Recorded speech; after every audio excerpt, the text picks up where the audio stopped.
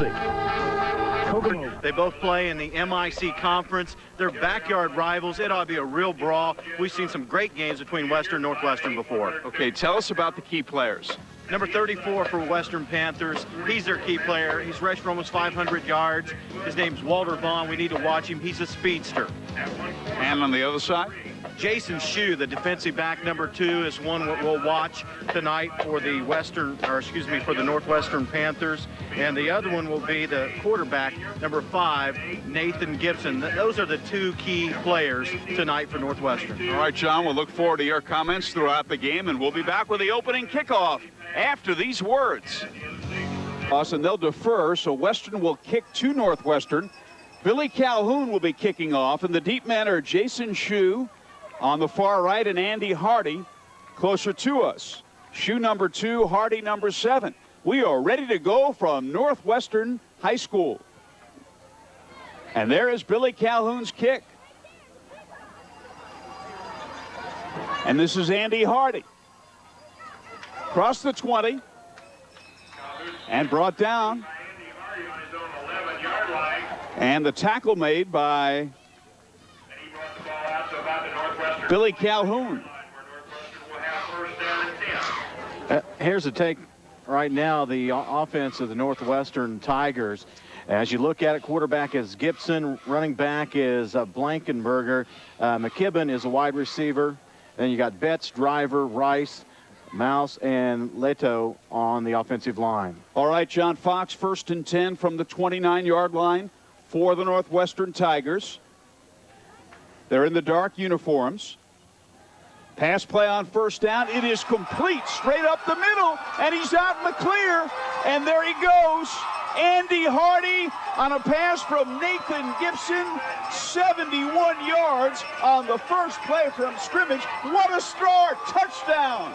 Well, Howard, I talked about Nathan Gibson in the pregame, and Gibson's got a very good arm, very accurate. We'll take a look at the replay. It's a simple slant pattern. You see Gibson, 2-step drop, looks across the middle. There's a slant pattern right there. He picks up Hardy. Hardy's got about 5 yards distance and a lot of momentum going toward the goal line. 71-yard touchdown. And Northwestern for the extra point, it'll be Jason Shue. There is Andy Hardy. He will hold for Jason Shue. So we have played 15 seconds, and Northwestern leads 6-0.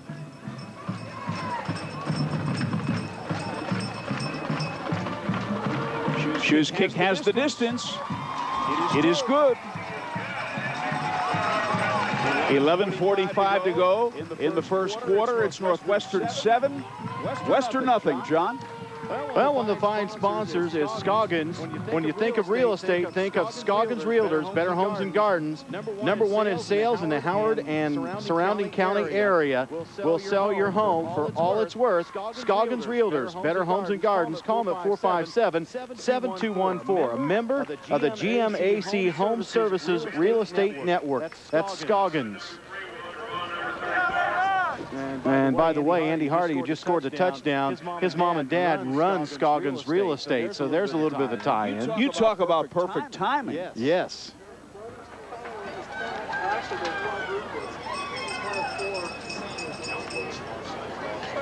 Well, Hardy had a big ball game in the first win of the season for Northwestern, when they defeated then number 9 ranked 2A Cougars of Carroll County 21-0. And Hardy looks like he's starting off where he left off the first game of the season.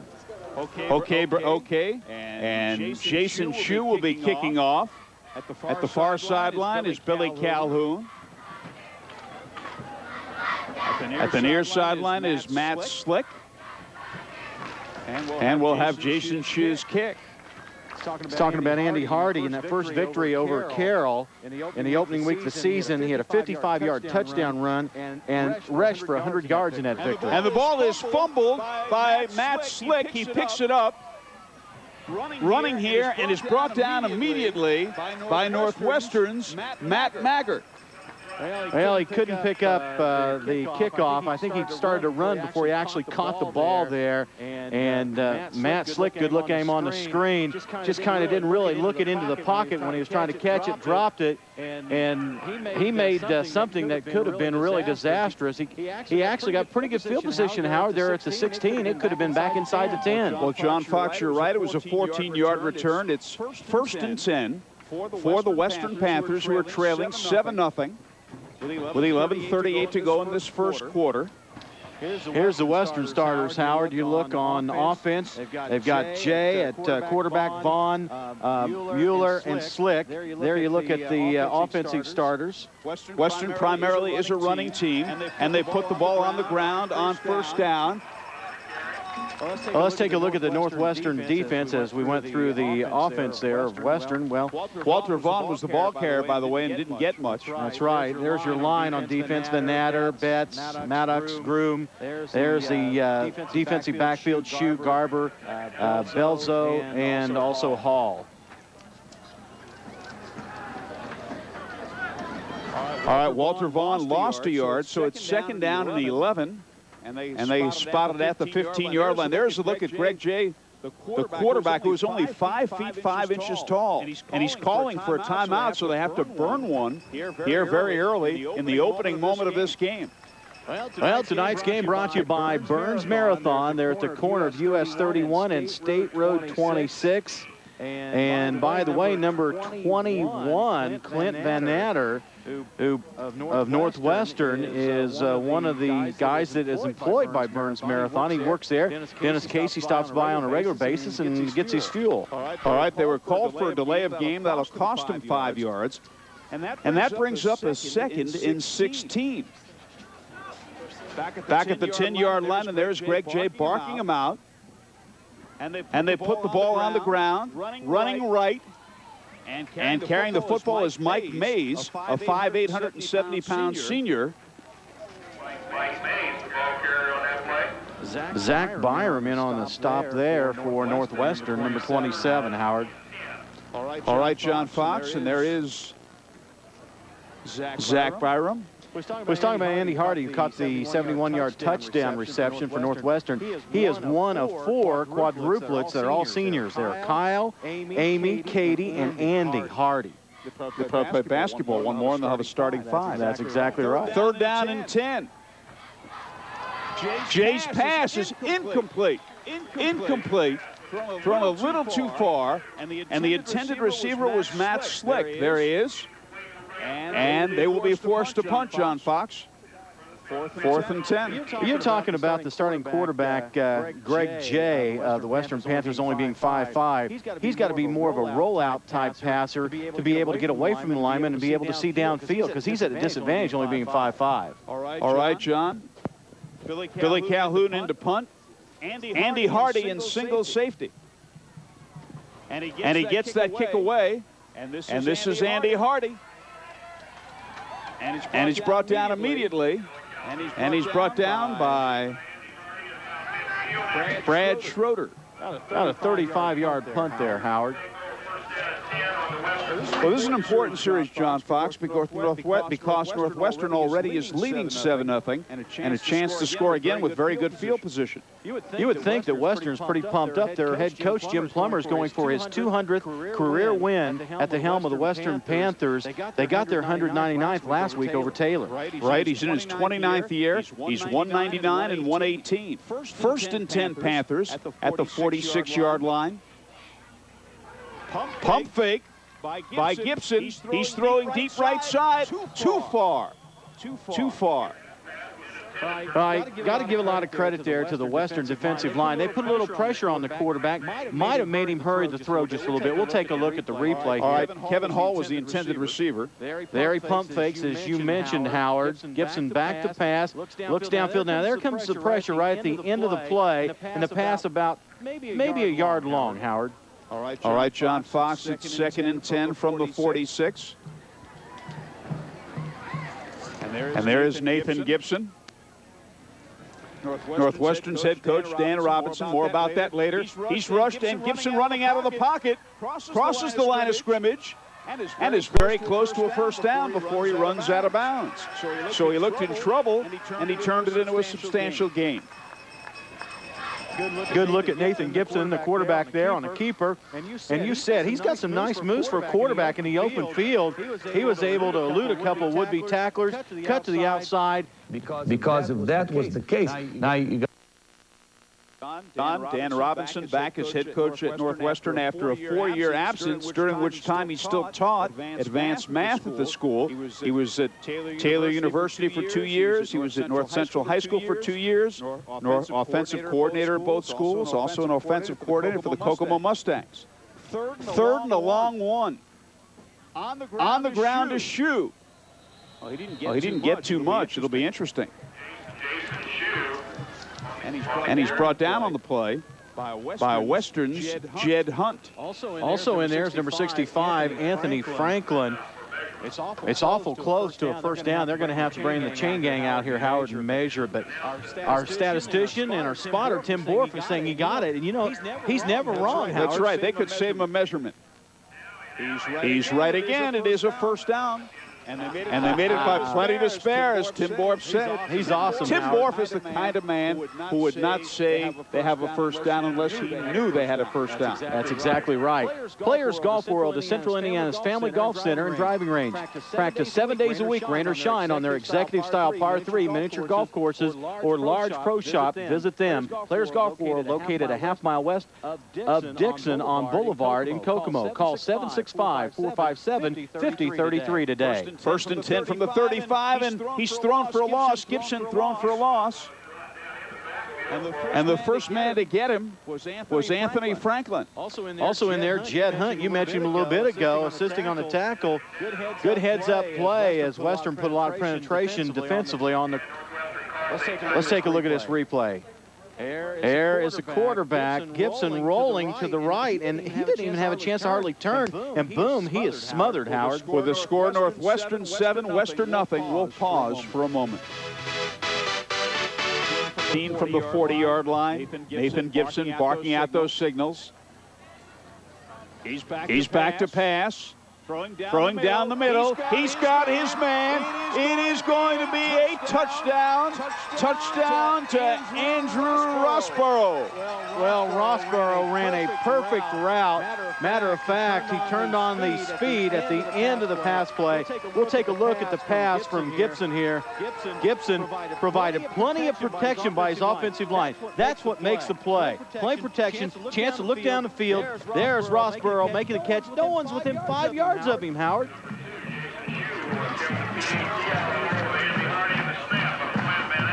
All right, so it's a very quick 13-0 in favor of the Tigers. And that kick is good. The extra point converted by Jason Shue. And John Fox, we've played a little over 3 minutes, and it's 14-0 Northwestern.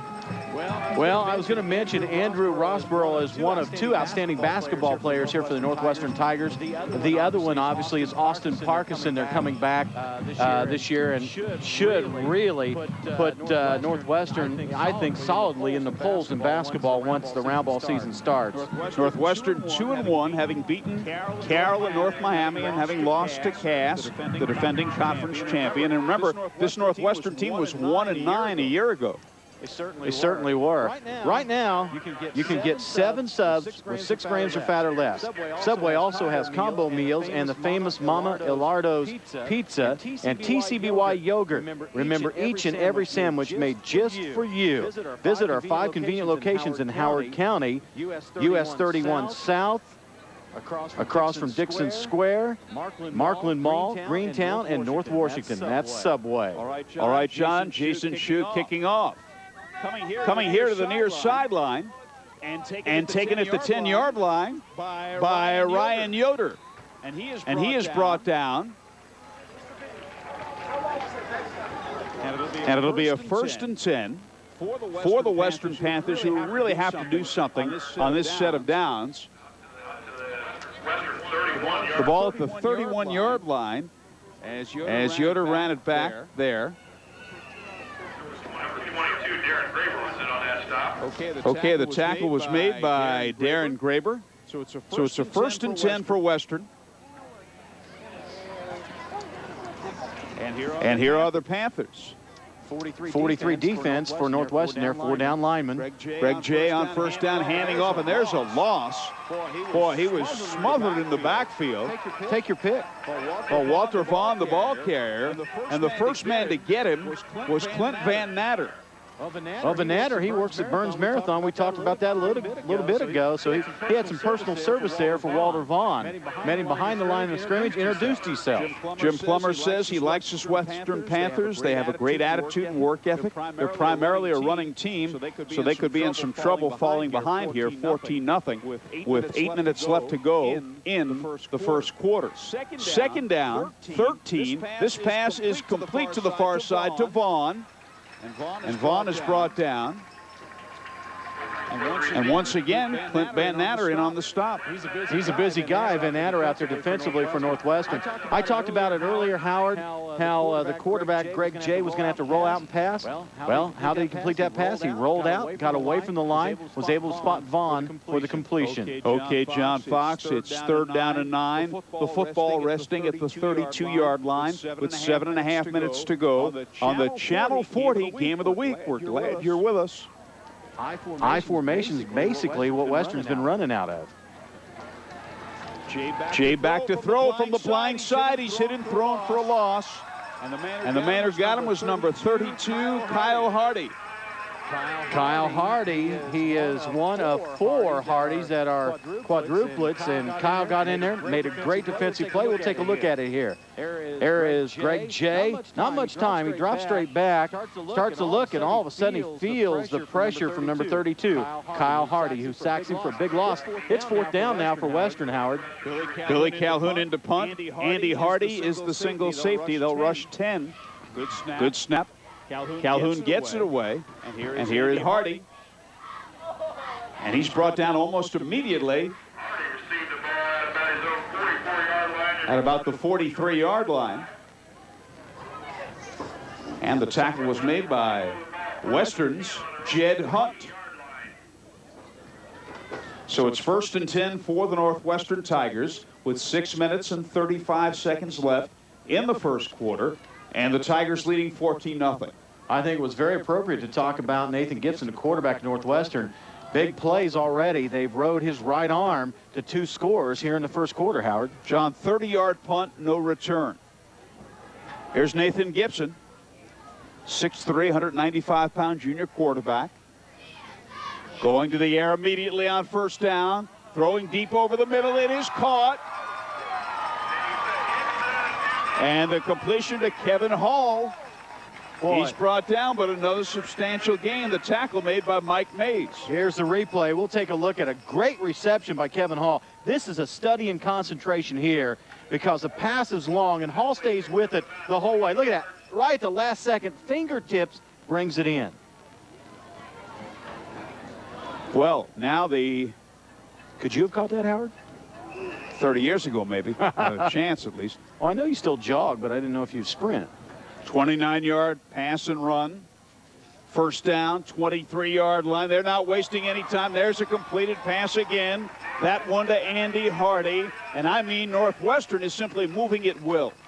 Nice pass there to Andy Hardy. Hardy with the slide. Looked like he was sliding into second to break up a double play. Made the catch. Scooped it right off the blades of grass. Next week? Next week, well, we're in action once again with the best high school football in Indiana here on TV 40.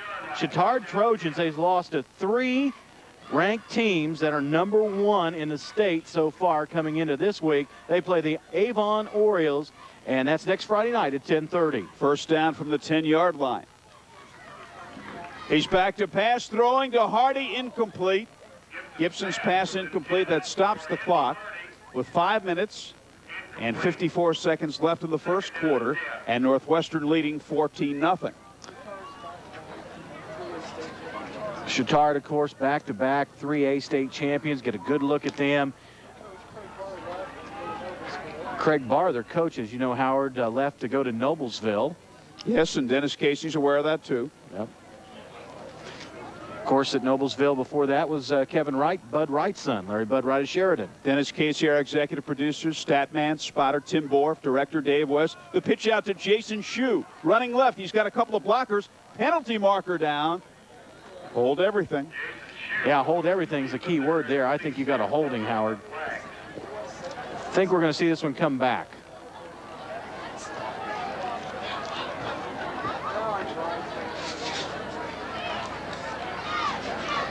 Northwestern predominantly has passed the ball here in this first quarter, Howard, and that's what they've done so far in the first 3 games. They like to air it out, and they've done it very effectively. Mr. Boris probably got the attempts and completions over there. I know he's working on it right now as we speak.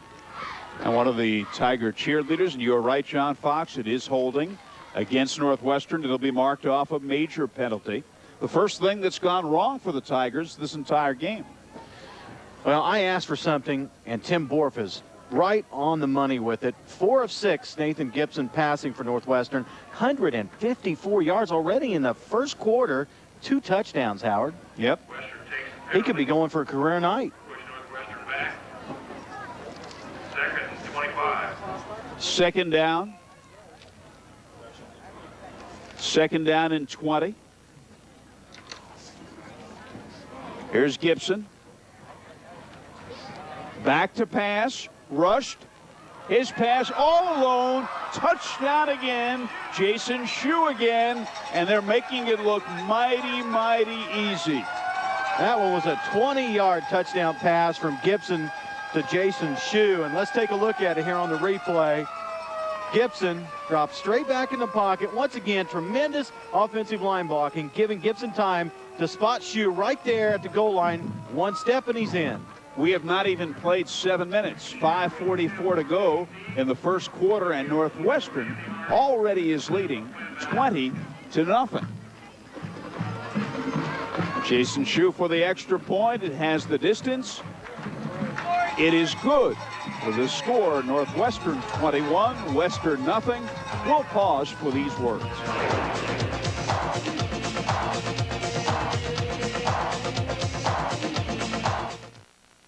High school athletics are an important part of your community, and so is community banking.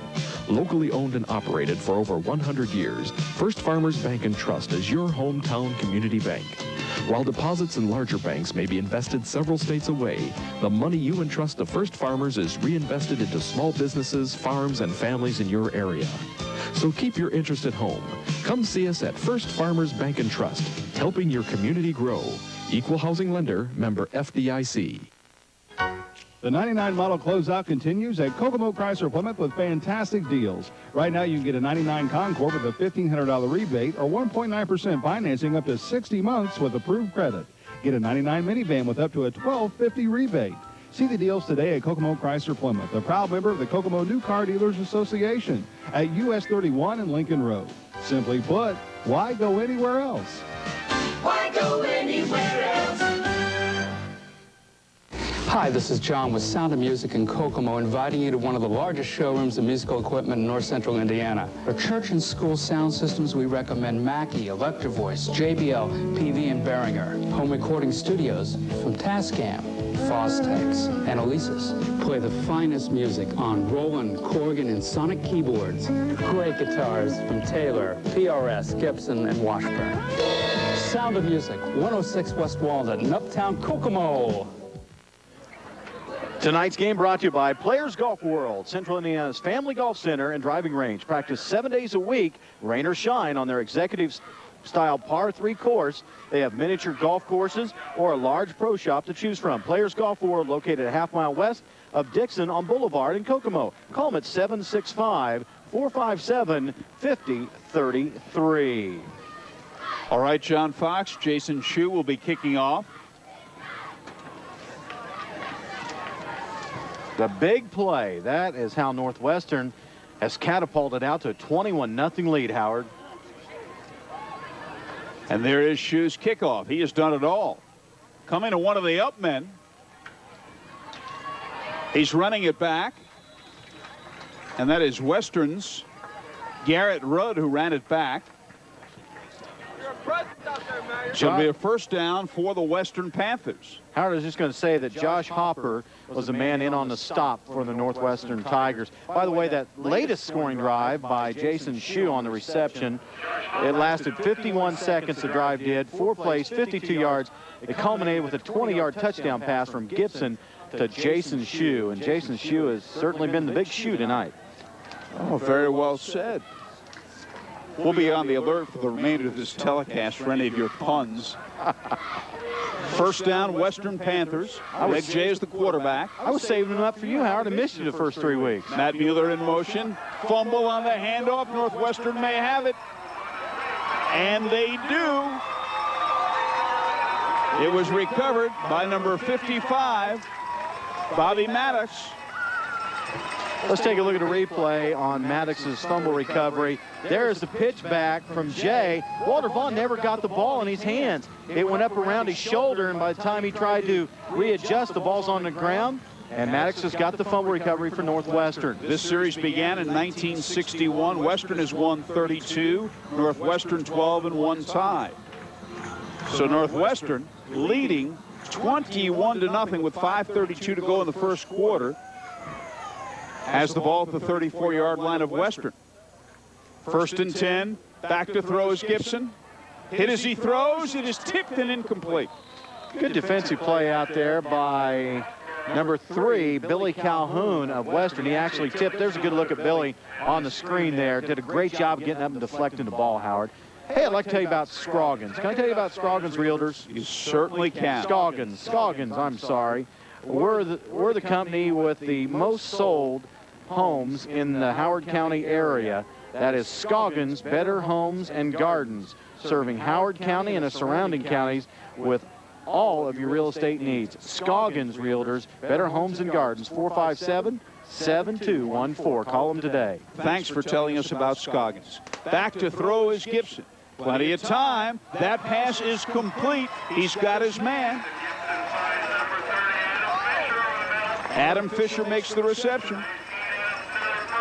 Well, one thing, when you have a passing offense, you move the ball with big plays a lot of times when you make connections, and also the clock doesn't run as much either, especially if the pass is incomplete. It stops the clock, so it lengthens the game out quite a bit. Jed Hunt made the tackle. All right, first down and 10 from the 12. They put it on the ground to Jason Shue.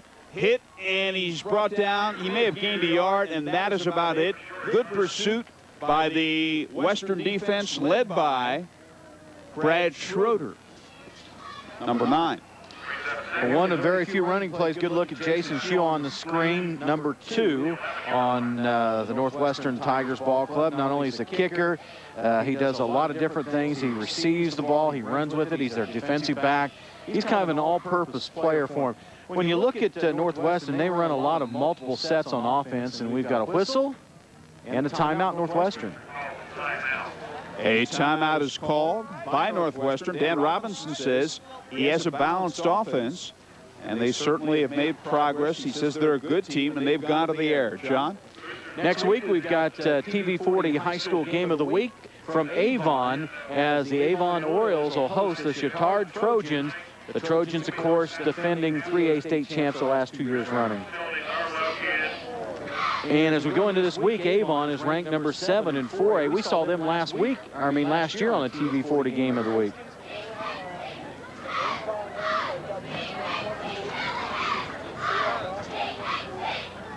That's right. Yeah, Avon lost a year ago, 21-14. I remember that ball game pretty vividly. Avon was stopped 4 times. The last minute of the game, lost the game. You've got a stat from Tim Borf there. I certainly do. If I had a little light, I could read it. Gibson passing tonight, 6 of 9 for 196 yards and 3 touchdowns. First quarter still has 4:31 remaining here, Howard. I thought we were going to have to wait till sunrise for you to be able to read it again. A beautiful sunset to the west. Nathan Gibson back to throw. Good protection into the end zone. Yet another touchdown. This one to Andy Hardy. It is 27-0 with 4 minutes, 25 seconds left in the first quarter. Wow. Well, this one is an 11-yard TD pass from Nathan Gibson to Andy Hardy. And we'll take a look at the replay on this latest, the fourth score of the quarter for Northwestern. Gibson rolls to the right a little bit, sets, puts it in the air, wide open coffin corner, Andy Hardy, there he is. Hardy's got a knack or a sense about getting open. Jason Shue for the extra point. It is good. With the score, Northwestern 28, Western nothing. We'll pause for a moment.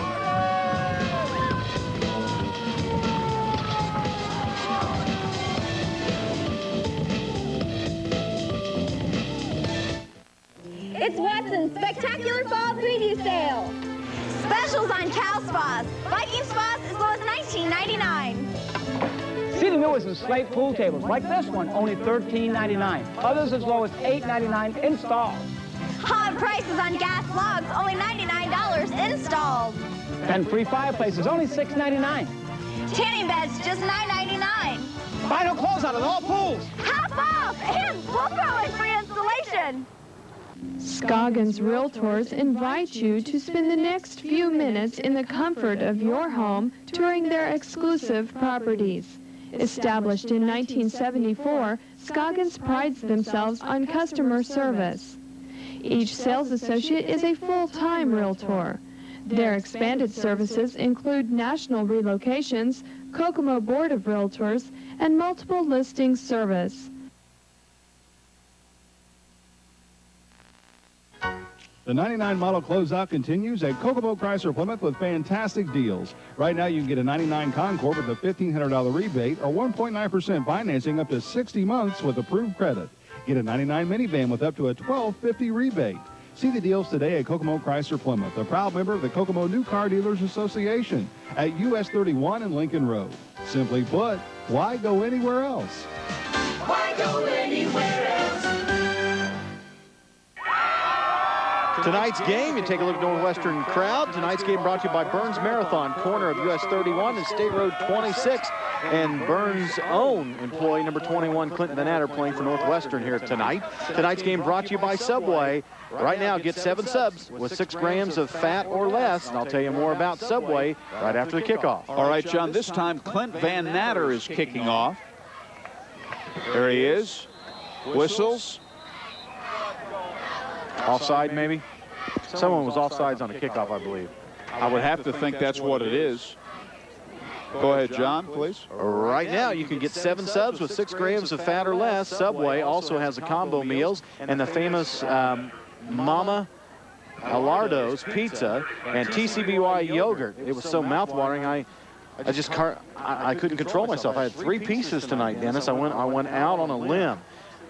Was you're it 6? saying 3. I heard it's somewhere between 3 and 6. 3 and 6. You take your pick, Howard. Remember, each and every sandwich made just for you at Subway. Visit their 5 convenient locations in Howard County, US 31 South, Dixon Square, across from Dixon Square, Markland Mall, Greentown, and also North Washington. Van Natter's kick is a low-line drive to one of the upmen, where it is taken by Western's Jed Hunt. And he's brought down immediately, but Western does have good field position. Howard, on that last scoring drive, it was 1 minute 6 seconds before Northwestern cracked for pay dirt. 4 plays, 34 yards. The key play was a 20-yard TD pass from Gibson to Andy Hardy. And Andy Hardy, by the way, has 3 receptions, 95 yards, and 2 touchdowns here in the first quarter. Okay, it's 1st and 10 for Western. The football at the 39-yard line. The man in motion is Matt Mueller. And this is Walter Vaughn, thrown for a loss. The first man to get him was number 32, Kyle Hardy. Well, I've got to give Dennis Casey a lot of credit, our executive producer. He said it's no mystery that the Hardy boys are responsible for winning this game for Northwestern so far. Dennis will always come up with a good line. That was a great line, wasn't it? Dave West said it best. He said Dennis will always come up with a line, good or not good, but most of them are pretty good. We only air the good ones. I thought that was worth airing. All right, second down. And yet another loss, and I want to tell you, Northwestern is simply dominated on both sides of the ball so incredibly. Billy Calhoun, the ball carrier there, throwing for a loss. The first man to get him was David Betts. Dan Robinson primarily has a two-platoon team. David Betts is about the only guy who all the time plays both strong side linebacker and center. Everybody else usually is on either offense or defense. You made a comment about the line play. Offensively, Northwestern's offensive line gets off the ball. They give good pass protection for Gibson, the quarterback. Defensively, Northwestern's, they're getting into the Western backfield, causing problems for Greg Way, the Western quarterback. 3rd and 12. Running right, Mike Mays. Out of bounds at the far sideline. And he's brought down by Kevin Hall. Well, Kevin Hall, we've called his name a few times. Hall, good defensive pursuit angle. Got a yellow flag. Yeah, we've got a yellow flag out there. Maybe an illegal block here, possibly. Penalty marker down. Maybe a clipping, you think? They're talking to Northwestern, it looks like.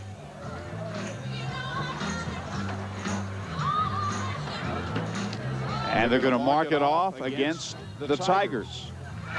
Well, against the Panthers, I'm sorry. Coming into this week, in week number 1, Frankfort beat Western 38-9. Northwestern beat the number 9 ranked Carroll 2-18, 21-0. In week 2, Western got their first win, 33-14 over Madison Grant. Walter Vaughn had 257 yards in that game, 5 TDs on 23 carries, and yet he has been stifled tonight by the Northwestern defense.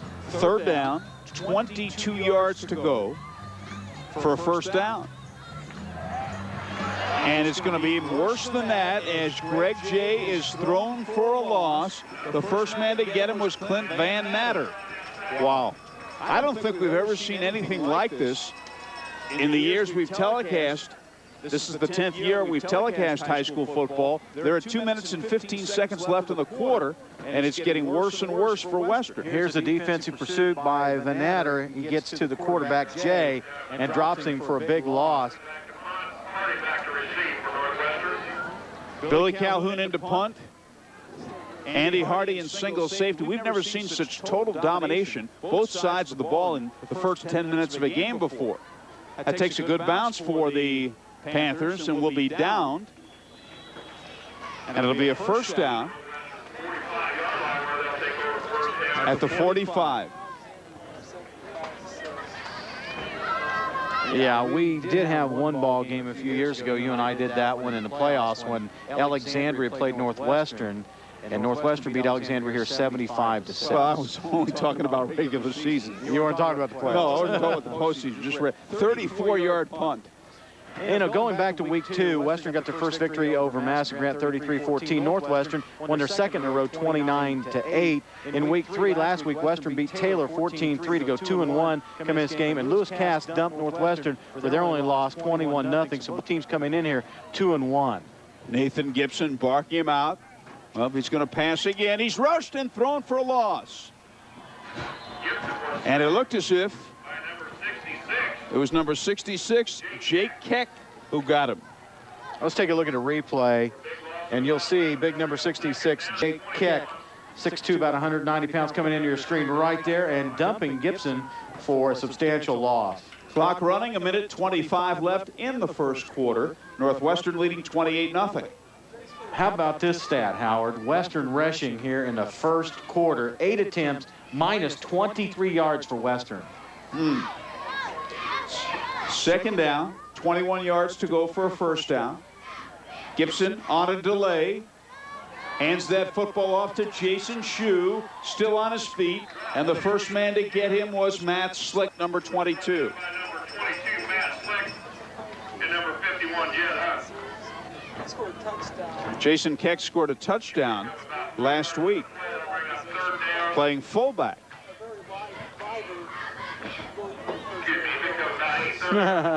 Dennis Casey likens him a bit to the Fridge, William Perry. Yeah, but a lighter version, he says. Oh, yes, a lot lighter version. Of course, Keck only goes between 180 and 190. All right, Gibson back to pass. Setting up, running left, and still on his feet, close to the 50-yard line, brought down at the 48, penalty marker down. Flag down, Howard, as that play ended up, and it looked like it could be a holding against, nope, illegal block is the call against Northwestern. Brad Wright slowed him down.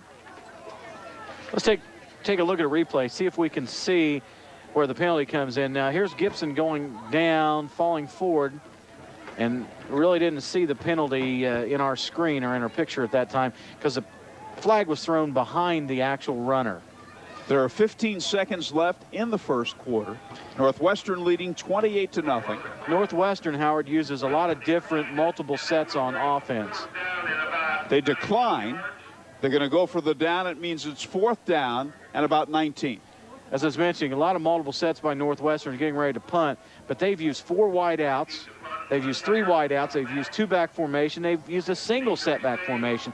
So they've kept Western guessing with the different offensive looks of Northwestern. Check that. It's 4th and 8. I heard them say 4th and 19, but that's incorrect. 6 it's seconds. 4th and 8. 6 seconds left in this first quarter.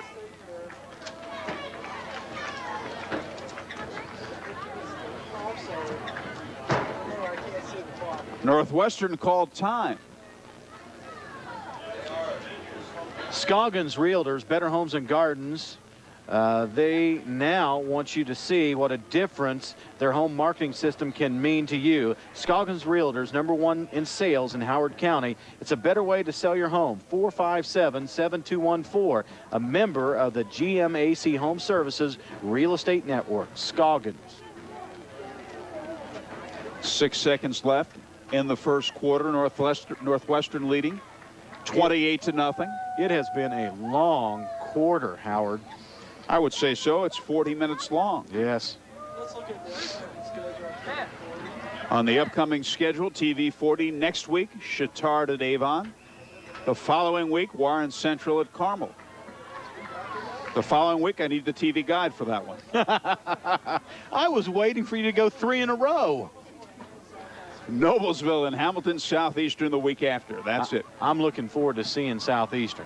And there's the punt, and that will end the first quarter as Bobby Maddox punts. The first quarter finally is over. It is Northwestern 28, Western nothing on the IBP scoreboard. We'll be right back.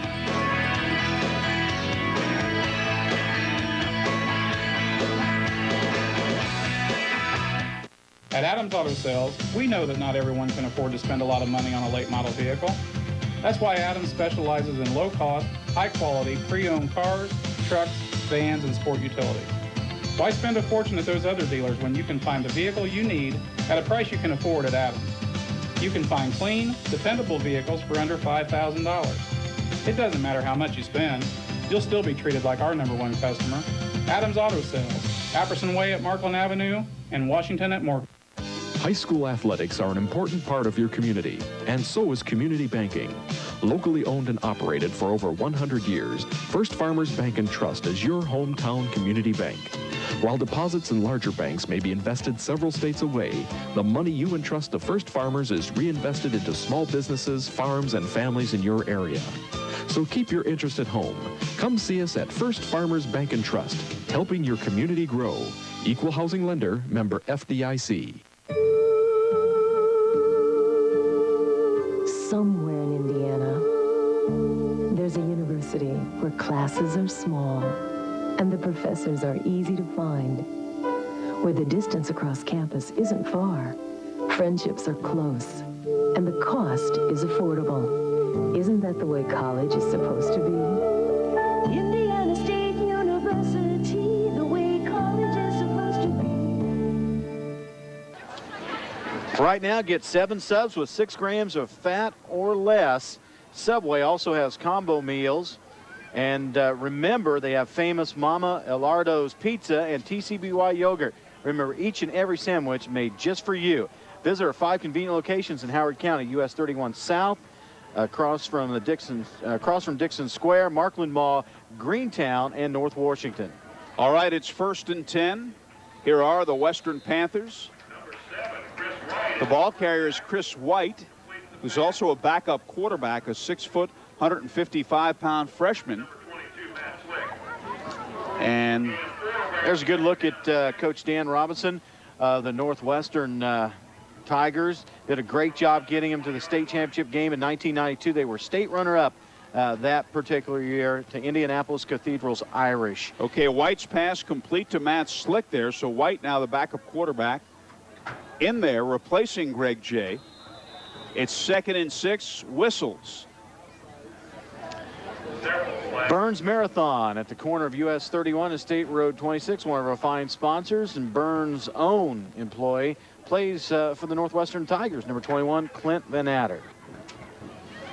Legal motion, the call.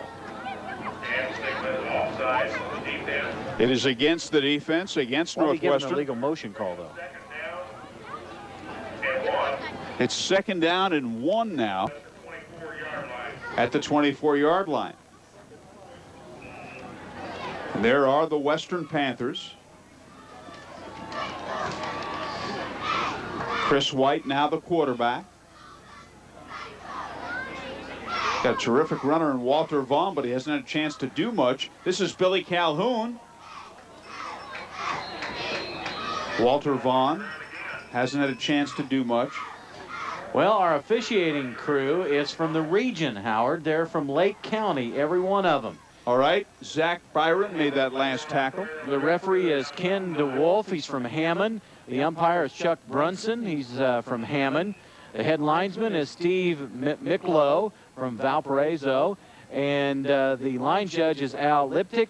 He's from Griffith. And Jeff Cox is from Valpo also. He's the back judge. So that is a look at the officiating crew. They're all from up north. All right, John, 10.5 to go in the first half. Northwestern leading 28-0. It's 3rd and 5, and the pass is complete. They have got a first down and more. White to Nick Kortz, a 5'11", 175-pound senior. Very nicely executed play. Close to a 20-yard pickup there on that slant play. Actually 23 yards total on the play, and it was just a good slant pattern ran by the Western Panthers. You'll take a look at the replay as they drop back to pass, and coming into your screen right there, making a nice reception, was Schroeder, and made a good run after the catch. That's a good call in that situation, 3rd and 5. All right, it's 1st and 10 from the 43. They put it on the ground on first down, give the football to Matt Mueller, and he doesn't go too far. Oh, I'll tell you, once again, on that offensive line, they're having trouble getting the Northwestern defense away from where the holes are. And you saw on that particular play, Kyle Hardy make a great stop defensively. I mean, as soon as Billy Calhoun went to the hole, Hardy was right there to meet him. All right, Billy Calhoun, the ball carrier, and as you said, Kyle Hardy made the tackle. We did this game last year. Western was victorious 30-6, a different scenario. 2nd down, 10. Pump fake by White. His pass is incomplete. It is dropped. Ryan Yoder dropped the football. Oh, yeah. Pressure by Kyle Hardy. I remember a couple years ago when Dwayne Ewing, the big left-hander, now playing at Butler, was a big right-hander. One or the other. One or the other. I'm going to make him ambidextrous. As long as you don't make him amphibious. Yep. 9.5 to go, first half. Anyway, when Ewing was a quarterback, they won 47-39 in what was a real offensive show that night. Matt Mueller goes in motion. And there's a little swing pass. That's now, a lateral. An incomplete pass or a lateral? That's a lateral. It should be a lateral. Behind the line of scrimmage. They're looking at each other for confirmation here.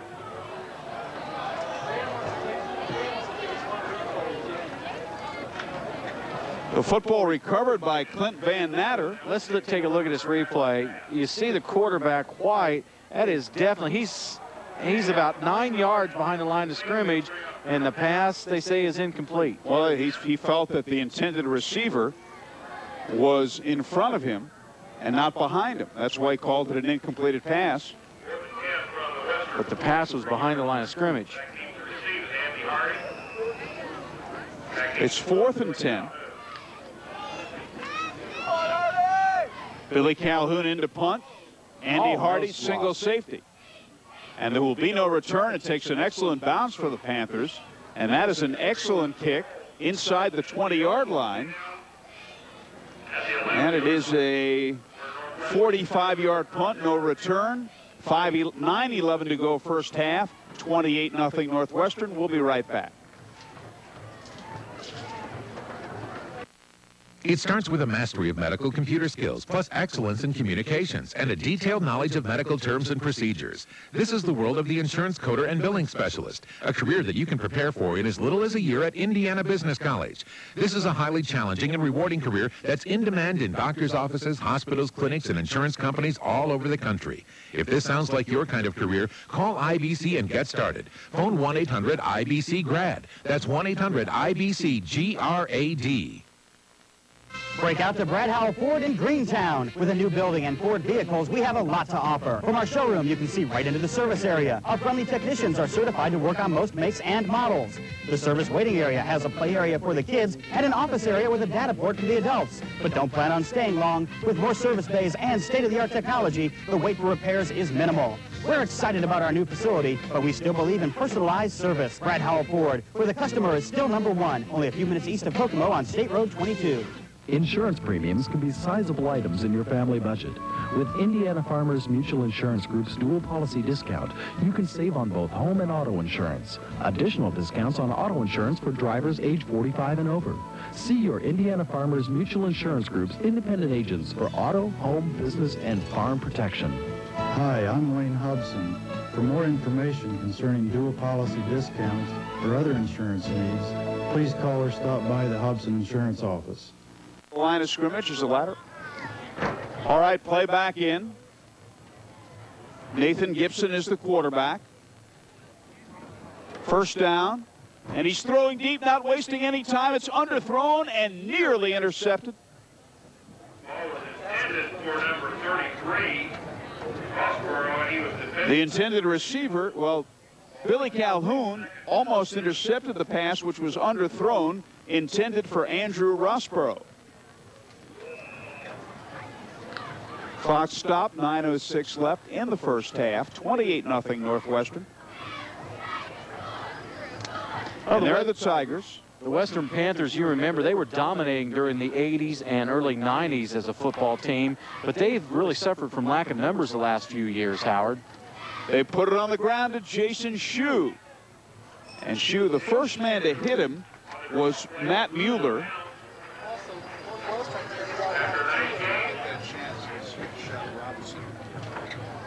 Well, Northwestern, of course, is down to 2A now, Howard. They were 3A. And Western stayed the same at 3A. But talking about numbers, this year, Western Panthers only had 37 players come out for football in the top 4 grades, 9 through 12. That included 10 freshmen. And there's a shot of Dan Robinson, 14 years coaching here.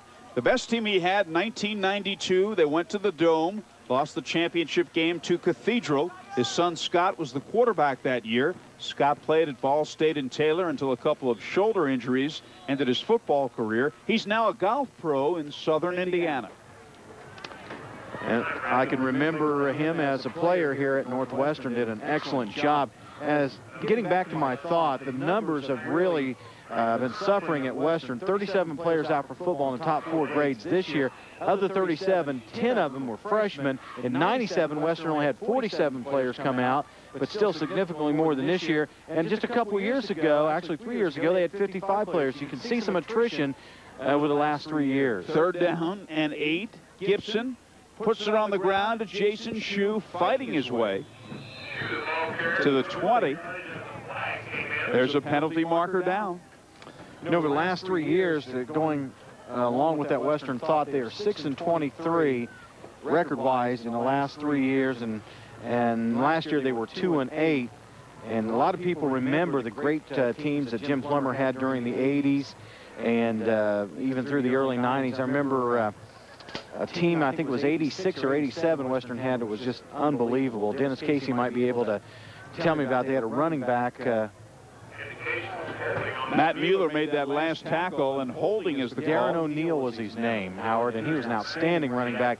That was about maybe 10, 12 years ago. I was young then. You were young then? Not that young, but younger. From the Tiger 15-yard line. They'll mark it off. Northwestern is leading 28-0. We have 8:53 left in the first half. I'm talking about all these numbers for the Western Panthers, and Al Warner standing behind us. We're going to talk to him at halftime about the Western Panther pack, and maybe he can tell me about all the numbers that are coming up through the ranks. Nathan Gibson flips it left side. It is complete to Andy Hardy, who is downed immediately. And he was tackled on the play by Nick Kortz. Good play there by Hardy. But I think we might see this one nullified. Howard got a flag out on the field. And they're talking things over with the Western Panthers. So looks like it's going to be against Northwestern. And it's declined. But going back to my thought about numbers and declining numbers in high school football, any successful high school football program has to start with a good feeder program, and that's what we're going to talk to Al Warner about at halftime of the Western Panther pack. That should be interesting. All right, 4th down. Bobby Maddox into punt. Good snap. Gets his leg into it. Well, that's a good kick. High in the air and deep. And he's downed immediately. Billy Calhoun fielded the football. Not much running. He was tackled on the play by Clint Van Natter. Van Natter was right there as soon as Calhoun got the ball, Howard. You know, a couple good running backs that Western has had. Take a look at the coaching staff there of Northwestern on the sidelines, and he has got quite a healthy staff of coaches, Dan Robinson does, for the Northwestern Tigers. But two good running backs for the Western Panthers in recent memory are Tawana Stitz and Matt Wood. You got the info on that punt, John? Yeah, 42-yard punt, 3-yard return. There was movement in the line of scrimmage of Western. Penalty markers down. And the man who jumped was Nick Kortz. Well, next week we've got Jim Kaiser's Avon Orioles hosting the Chittard Trojans. Promises to be a great game. Next Friday night at 10:30 on the Game of the Week here on TV 40. I was only looking on one side of the ball. That's against Northwestern. I saw the Western player moving, and I didn't see the other side of the ball. My mistake. It is against Northwestern. He's back to throw. It's Chris White throwing deep left side, and it is incomplete. Well, pressure on the quarterback there. White dropping back to pass and had all kinds of pressure in his face and had to hurry the throw. Matt Slick, there he is, the intended receiver. So that'll bring up 2nd and 5 with 8:18 left in the first half. This is the Channel 40 Game of the Week, and Northwestern's leading 28-0. When I hear somebody say, hey, Slick, I think of Bobby Leonard. Slick Leonard in this state, you would.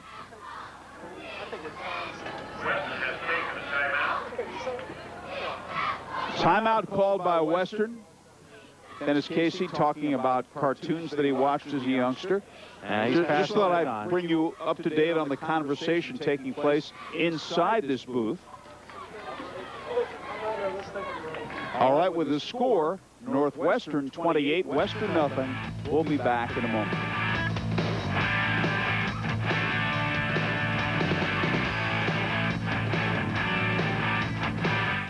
McCool's Flooring is your Mohawk Industries outlet. We carry the complete lineup of Mohawk companies, including Mohawk Carpet, Karastan, Horizon, Galaxy, Aladdin, and Kidproof. If you're looking for a great value on the best brands in the flooring industry, check out McCool's Flooring Outlet. We also carry a full line of hardwoods, sheet vinyl, vinyl tile, ceramic tile, and laminate, discounted every day. When you're ready to beautify your home and save money, shop McCool's Flooring Outlet at either of our 2 locations, on US 31 South Kokomo or in the Village Park Plaza, Westfield.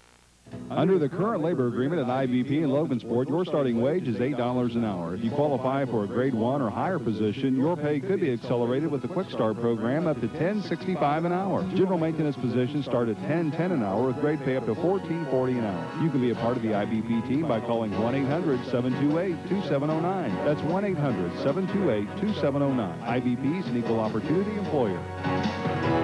IBP. High school athletics are an important part of your community, and so is community banking. Locally owned and operated for over 100 years, First Farmers Bank and Trust is your hometown community bank. While deposits in larger banks may be invested several states away, the money you entrust to First Farmers is reinvested into small businesses, farms, and families in your area. So keep your interest at home. Come see us at First Farmers Bank and Trust, helping your community grow. Equal housing lender, member FDIC. Somewhere in Indiana. College is the way it's supposed to be.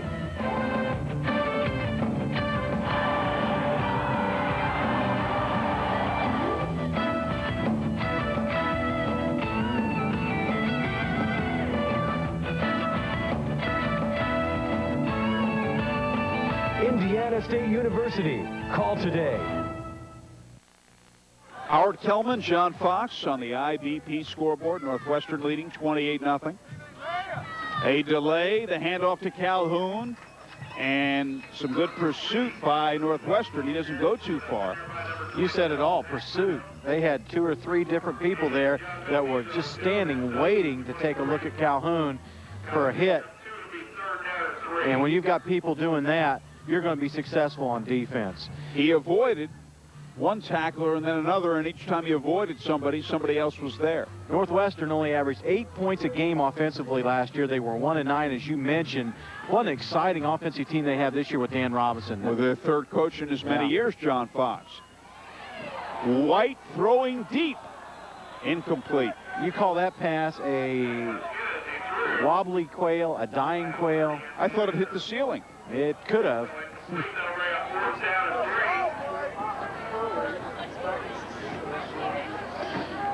Well, Odd Hurley was a coach last year at Northwestern. He's back at Cecina where he won some state championships. In 91 and 92, he had a couple of great teams. I remember, there's a look over at the sidelines at Western's Jim Plummer. 199 wins coming into tonight. Right now, he's on a short end of a 28-0 score. Okay, and there is Billy Calhoun's kick. He's still on his feet. Kevin Hall to about the 11. Good look at Kevin Hall on the screen. He really didn't have much running room. Good punt coverage there for Western as they gang tackled him. Actually, it was 90-90 running. All right, 1st and 10 for Northwestern. 7:26 left in the first half. 7 minutes, 26 seconds left in the half. Northwestern leading 28-0. It's Northwestern's ball. Nathan Gibson's the quarterback. Back to throw, wasting no time. His pass complete, and he almost broke it. The completion to Adam Fisher. There he is, number 30. And the tackle was made by Adam Hyman. Well, Fisher's just a little scat back. You saw his graphics there, about 5'4" and about 145, 150 pounds, and very quick and good concentration making the reception. Good enough for a first down from the 30-yard line. There's Gibson barking him out. Back to throw. Excellent protection. Throwing deep. Too far. Too far. Again, it was intended for Adam Fisher. There he is. Well, high school milestones, Howard. We saw Matt King earlier in the year for the Tipton Blue Devils when they played here on TV 40 against Kokomo, our first game of the regular season. Matt King, the senior running back at Tipton, rushed for a school record 353 yards last Friday night as Blue Devils defeated North Davies 47-29. So congratulations to Matt King. he had scoring runs of 27, 32, 57, 39, and 76, and broke the previous record of 247 yards at Tipton. Can you repeat that again, please? I'm just kidding. You saw Dan Robinson a moment ago on your screen, the head coach at Northwestern. This pass is complete to Kyle Hardy. And another substantial gain. But we've seen Matt King on the TV 40 game a week. Thought I'd pass that along. Yes, I'm glad you did. Let's take a look at a replay. Gibson fakes the handoff. Got a three-step drop. Looks over to the far side of the field, and there is Kyle Hardy with the reception. Turns it up, stays in bounds, changes direction, tries to spin away from one or two tacklers, but pursuit finally catches up with Kyle Hardy. Good look at him there on the sidelines. Good enough for a first down, 18-yard play. The tackle made by Brad Schroeder. And Gibson to throw again. Gets away. Throws on the run. It is incomplete. Andy Hardy could not hold on. Andy Hardy couldn't do what his brother Kyle did, and that's hold on to the football as he drops it out of bounds. 6:27 remains here in the first half. It's 28-0, and all 28 points were accumulated in quarter number 1. 196 yards passing in that first quarter for Gibson, by the way.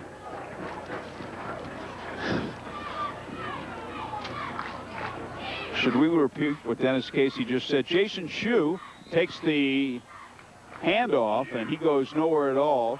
Dennis said he thought Mickey Rooney was Andy Hardy. I heard what he said. Number 73, Brad Wright for Western on that last defensive stop. Wright 6'2", 220, and a senior. Dennis says, now explain that to our young viewers. You see, Mickey Rooney was an actor, or is an actor.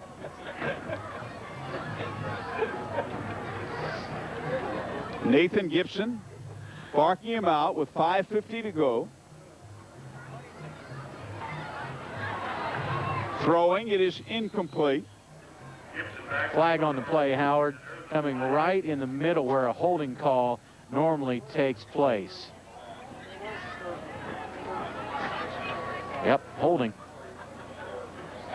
So tell us about Mickey Rooney some more. Well, he was I want to learn about 5'1". Okay.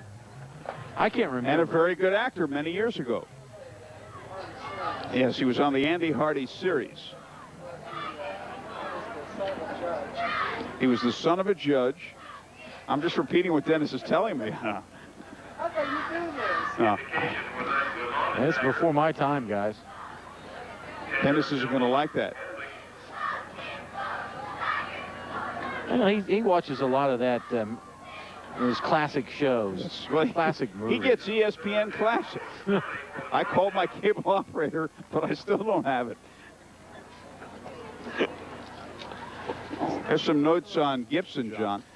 Gibson, I talked about him in that first quarter.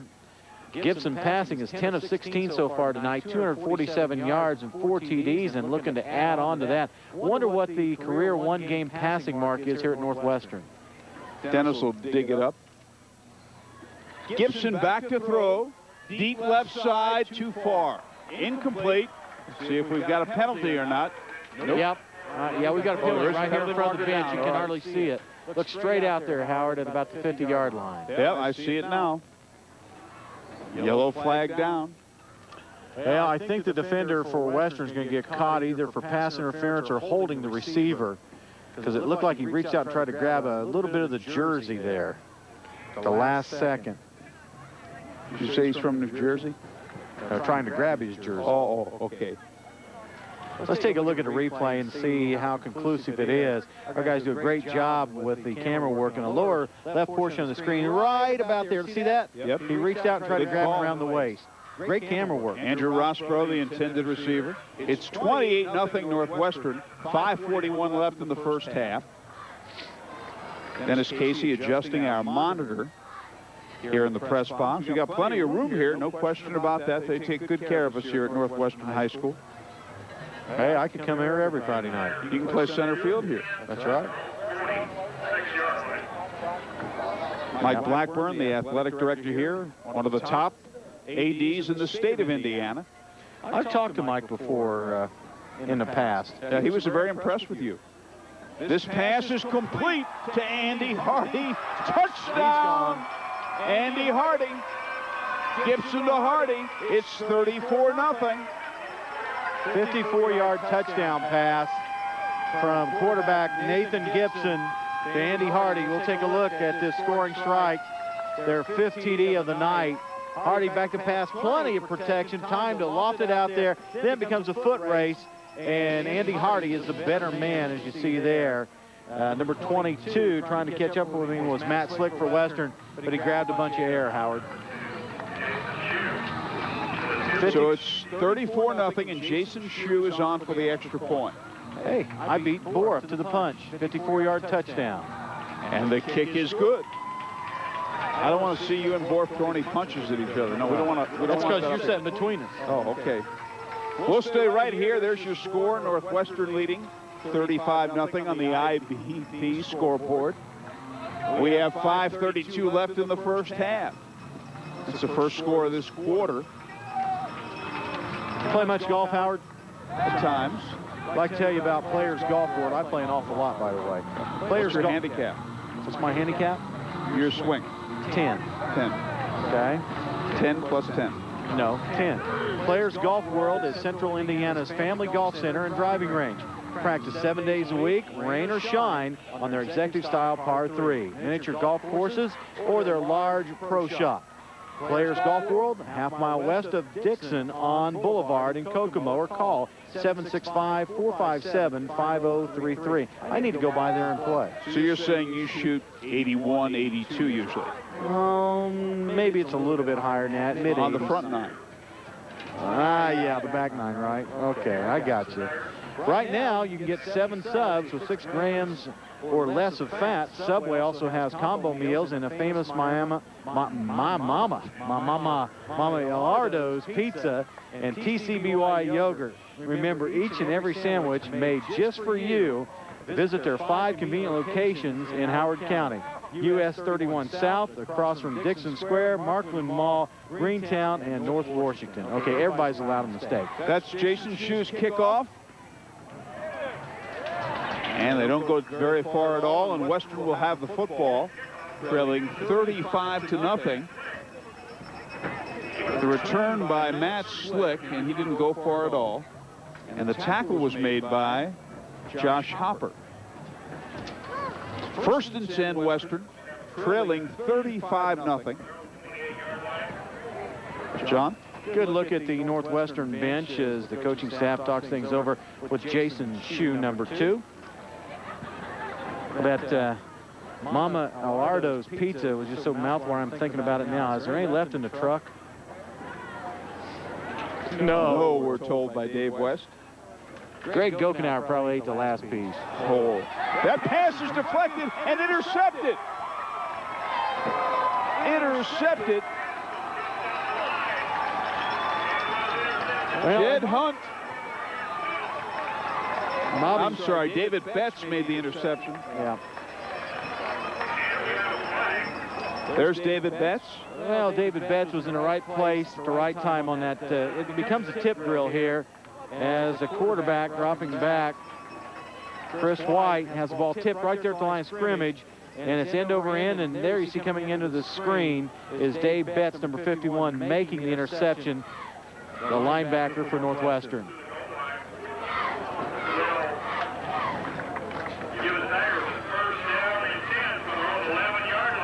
Well, Northwestern leading 35-0.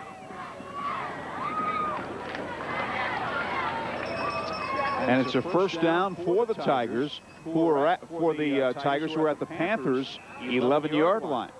They're already leading 35-0 here, Howard. And Nathan Gibson, we'd like to get some stats on him. He says terrific first half.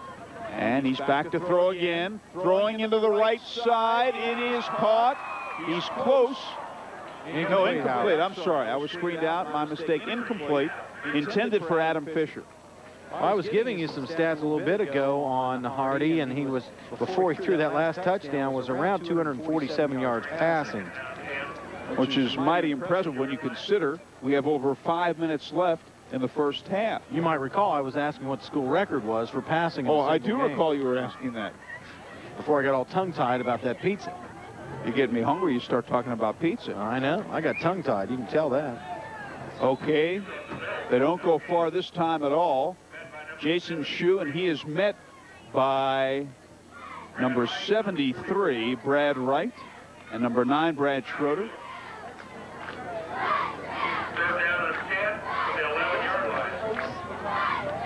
Yep. Next week, Western will host Maconaquah. And Northwestern will travel to Taylor for an MIC game, Howard. Here's some stats, John. Listen to this after the next play, Howard. Nathan Gibson on 3rd and 10 from the 11. Running right on the option. The pitch out to Shue. And he got back to the line of scrimmage, I believe, and that's about it. Well, when you put out a question for Mr. Boroff, he always tries to give you an answer. Tim Boroff, our statistician extraordinaire, he says that Nathan Gibson, quarterback for Northwestern, 11 of 18 passing in the first half, 301 yards, 5 touchdowns, 301 yards. Not even halftime yet. 4 minutes left in the half. Well, they actually lost a yard on that last play. It's 4th and 11 from the 12. On that last play, Jake Keck made the tackle. Going for the field goal. Shue's kick is good.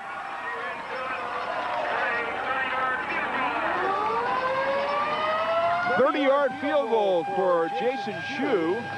And with a score, Northwestern 38, Western nothing on the IVP scoreboard. We'll be right back.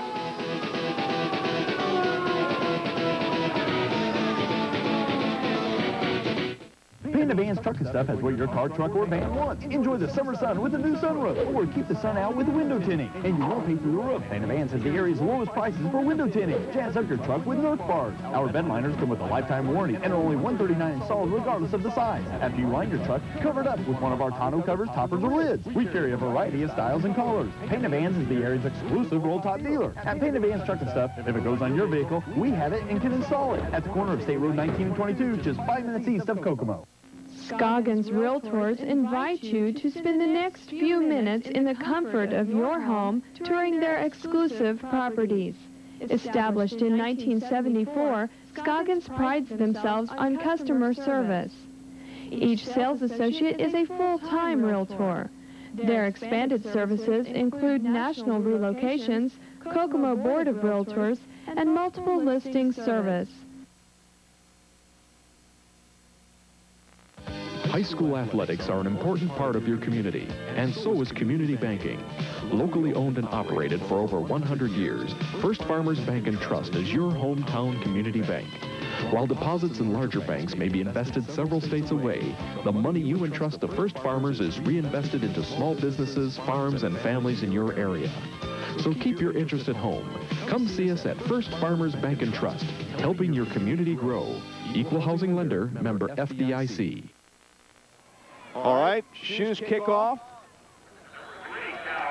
Calhoun runs it back, and it'll be a first down for Western with a little over 3.5 minutes left in the half, trailing 38-0. John? Well, as they change possessions here, Howard, you know how the statisticians are. They're just a wealth of information, and sometimes information, you wonder what they're doing. Gibson, he says, Tim Boroff does, has completed passes to 6 different receivers. Andy Hardy has 5 catches for 151 yards. So he's been charting the different people catching the passes from Gibson to Northwestern tonight. Tim Boroff, I mean, he is getting it very finite tonight. What were you saying about your golf game during the break? Said probably you were challenging people to play or something? I was trying to challenge Dennis Casey to play. Oh, I thought you were challenging anybody in the press box. No, I think there's a couple coaches down there probably got better handicaps than me. Oh, okay. Do you play, Howard? I've played at times, but not seriously. Well, we'll just have to go out and play the Skins game. You know how to play that, right? Oh, yes. Okay. And there is the Northwestern side, and that is the man, Nathan Gibson, number 5. What a great game he's played. 3 minutes left, clock running. It's 2nd and 11. The man in motion is Matt Mueller. We're in the first half, and that pass is complete White's pass is complete to Nick Kortz. Well, Nick Kortz did a good job of catching the ball in traffic there, coming down with it. Was that Schroeder, Howard, I think? I'm sure it was Kortz who caught the ball. Number 9 caught it, Nick Kortz.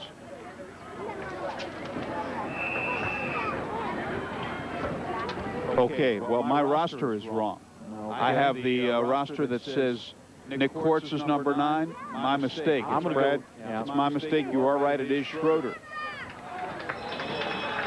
Nice run there by Calhoun as he took it off the right end and picked up maybe 5 or 6 yards on the carry.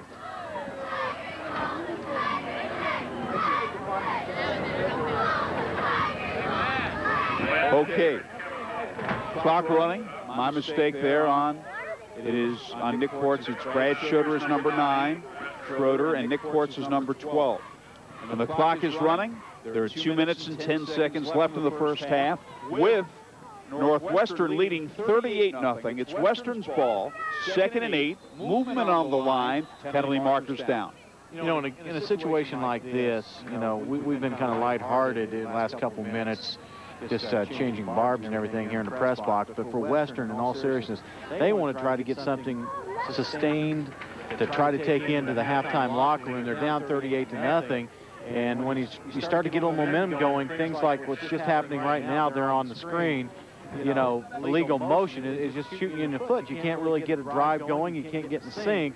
And what Western needs is a good, sustained offensive drive, and maybe for them, hopefully get something to happen here in the last 2 minutes of first half. Jed Hunt jumped offside.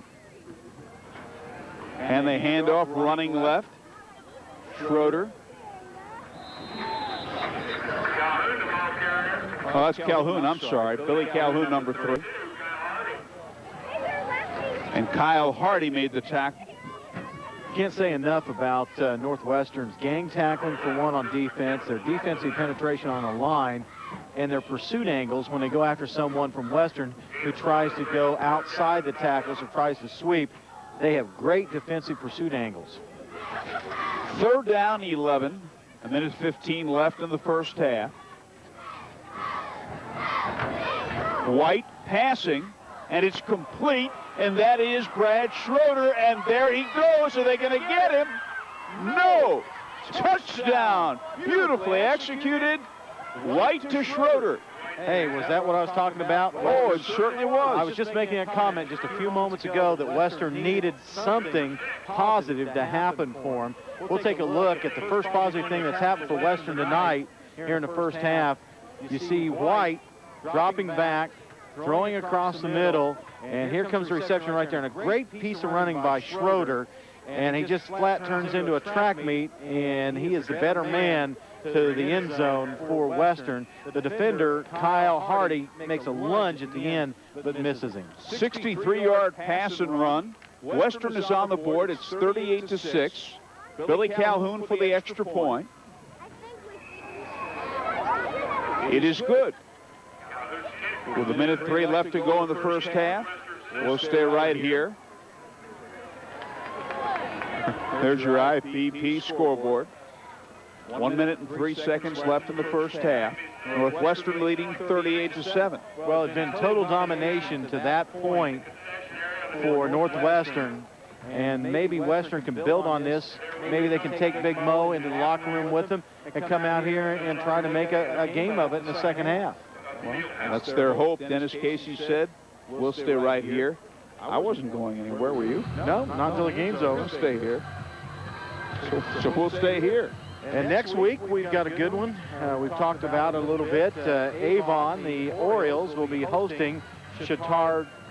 Dennis Casey says make an Avon call. We'll make a call to Avon. At that new high school. We're looking forward to seeing it. Yes, exactly. Next Friday night, we'll be at Avon as the Orioles host the Indianapolis Chittard Trojans, and that ought to be a great one. We mentioned Chittard and Avon last year went down 21-14. Avon was knocking on the door and couldn't quite score in the last minute. They had 4 cracks inside the 5, couldn't get it done. Avon lost by 7 to Chittard last year. That latest scoring drive, the first one of the night for Western, Schroeder He was a big play man. 63-yard TD pass from White to Schroeder.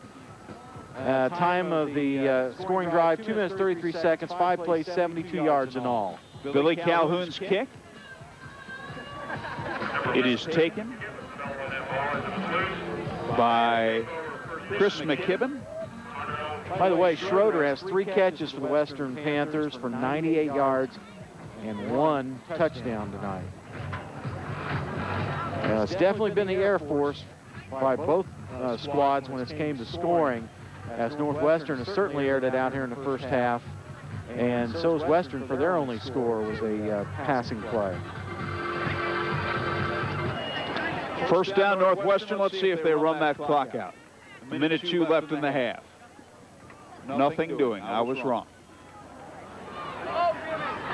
And he's running and fumbles the football. Gibson fumbled, and Western has it.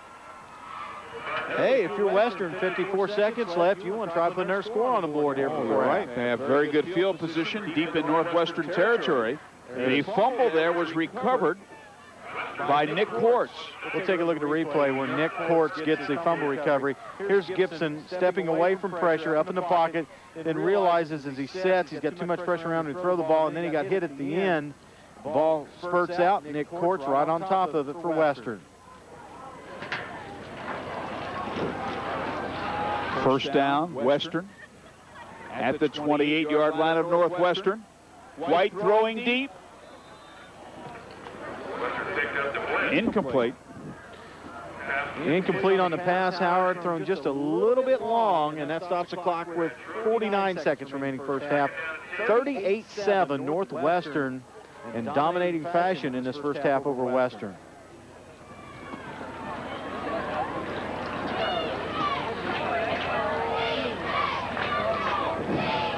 .49 seconds left in the half. That center, he's a real lineman. Do you see that? Look at him. Yeah. White operating out of the shotgun. Fumble, loose football. Northwestern has it.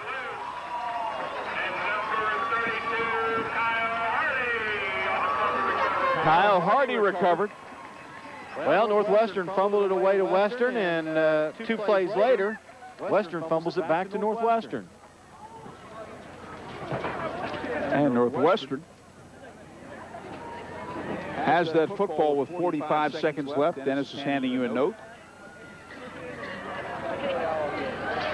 Of course, at halftime, we'll have Alan Warner, official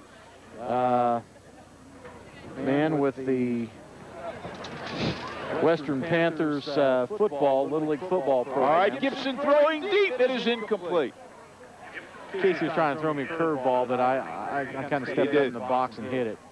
Andrew Rossborough, there he is, the intended receiver. He thought you'd bail out and pull off the ball. He thought I'd bail out. Right in there. Right in there. Of course, you popped it up. Yeah.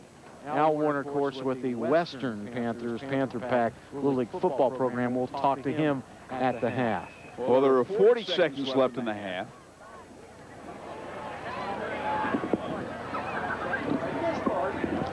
About an hour and a half first half, Howard. Yep, and it's not over yet. No wonder they start the games at 7 here. Gibson's pass incomplete. Intended for Rossborough again. I said it early on in the first quarter. When you pass the ball a lot, it's a long game. That's very insightful on your part. Yep. You really know this game of football. Yep. That's what they're paying you for, color commentary, inside analysis. Yep. 35 seconds left in the half.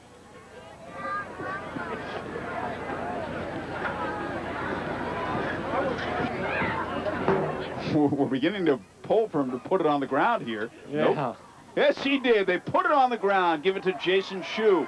See if he stays in bounds. He did. Or was he pushed out of bounds? No, he's pushed out. No, pushed out. Good gain. He was pushed out of bounds there by Ryan Yoder. It's a first down for the Tigers. Shue, a two-way performer. You see him there out of the offensive backfield. Also an excellent defensive back. We talked about him in our pregame, one of the catalysts for Northwestern's ball club this year. 23 seconds left in the half. Gibson to throw over the middle, incomplete. Intended for Andy Hardy. Well, after that last score by the Western Panthers, their defense has kind of perked up a little bit. They're starting to put a little more pressure on Nathan Gibson, a Northwestern Tiger quarterback. 24 seconds left, first half.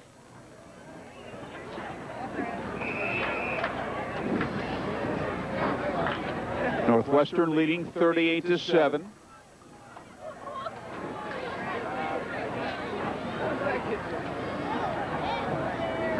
Nathan Gibson's had a terrific half, and he's back to throw again. Still looking, throwing.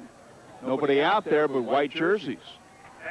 Stops the clock with 17 seconds left.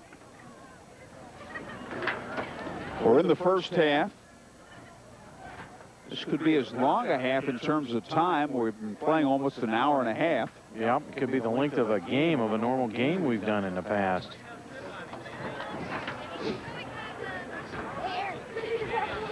And Dennis Casey says it's because they've thrown the ball a great deal. Insight from our executive producer.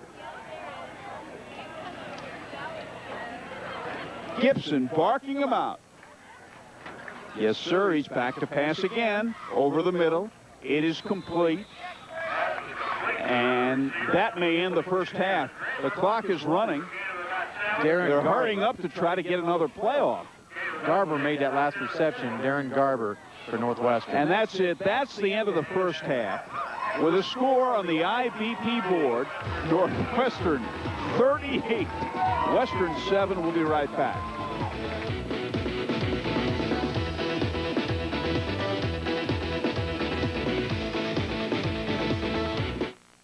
McCool's Flooring is your Mohawk Industries outlet. We carry the complete lineup of Mohawk companies, including Mohawk Carpet, Karastan, Horizon, Galaxy, Aladdin, and Kidproof. If you're looking for a great value on the best brands in the flooring industry, check out McCool's Flooring Outlet. We also carry a full line of hardwoods, sheet vinyl, vinyl tile, ceramic tile, and laminate, discounted every day. When you're ready to beautify your home and save money, shop McCool's Flooring Outlet at either of our 2 locations, on US 31 South Kokomo or in the Village Park Plaza, Westfield.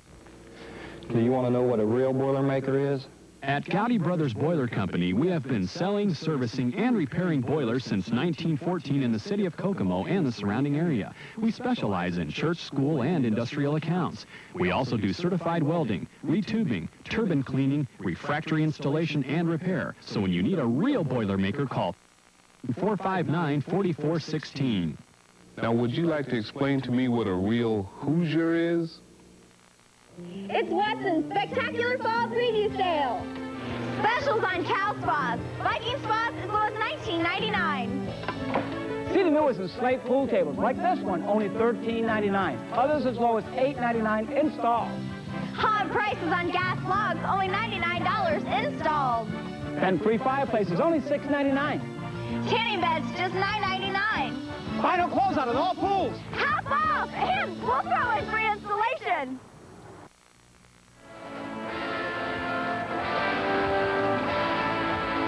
The halftime show was brought to you by Indiana Business College. At halftime, the Northwestern Tigers are on top of the Western Panthers by a count of 38-7, and they've done it behind the great passing arm of Nathan Gibson here at the half. And at halftime, as promised, we're going to talk now with Alan Warner, and he is the, I guess you'd say, president of the Western Panther Pack Little League football program? President, league director. President, league director, wear many different hats, right, Al? Yes. I don't know if you heard me, you're standing behind me during the ball game in the first half, and I talked about Western's numbers in the varsity football ranks dropping the last 3 years. They have 37 kids out this year, which 10 of them are freshmen. Last year, there were 47 kids out, and 3 years ago, there were 55 kids out. Why do you think the decline? There's a lot of factors. There's a lot of other sports in the fall that I think they're drawing the kids away. You know, soccer is becoming a huge, huge factor for everybody in Indiana, and it's pulling away from football. And that's one of the big reasons why we wanted to put together this program, because we're trying to create the excitement in Western football that was there back in the 70s and in the 80s. I was talking with Dennis during the ball game about the team that Western had in the mid-'80s, and I remember, was it Darren O'Neill was the player, was running back, his group of kids, they were outstanding back then. Of course, I made mention of the fact that Coach Plummer, a lot of those 199 wins came during the 80s and early 90s. In the last 3 years, Western's football is 6-23, and any strong football program is going to start with a feeder program that's solid. Right, and that's what we're trying to do with the Panther Pack. What it is, it's an intramural program. We have 4 intramural teams. We have the 49ers, the Cowboys, the Steelers, and the Vikings. And those boys, there are 64 boys in the program, by the way. They play 6 games, intramural games. Near the end of this season, of the intramural season, we're going to put together a travel squad of 30 boys. And we've already got some travel games lined up. Matter of fact, our first travel game will be September the 29th with Sheridan, at Sheridan. And then we play Westfield, I believe, October the 9th. And then we have 2 games scheduled, a home game and an away game with Tri-Central. And are you still looking for more opponents? Right now, to be honest with you, we're trying not to get the guys too burned out, because by the time this season's over with, they're going to be playing about 10 or 11 ball games. So certainly, we're going to have to probably pretty much put it to an end there on October the 9th. So in the future, if anybody wants to play Western Little League football, are you the guy to get a hold of? Well, what it is, we have sign-ups. We had sign-ups back in the spring. This was a startup program from scratch. It's 4th, 5th, and 6th grade boys and girls. We have 20 cheerleaders, by the way, too. Probably this coming season, we're probably going to have our sign-ups a little bit closer to the school season. And then we'll kind of go from there. We're hoping possibly we might be able to get 80 kids in the program next year. Okay, Alan Warner, it's a pleasure to visit with you here at the half. I know you're a Western Panther fan. And, of course, who's your friend with you? Brian Miller is our head coach. Okay. He's our head coach. He'll be the coach for the travel team? Right, exactly. Okay. Exactly. Well, and of course, Case, our executive producer, Dennis Casey, knows Brian quite well. That's right, that's right. But, Alan, thanks a lot, you and Brian, both for coming up and sharing information about the Western Panther Pack Little League football program. Thank you. Okay, we'll be back with the start of the second half. And on the IBP scoreboard, it's the Northwestern Tigers leading 38-7 over the Western Panthers here at half.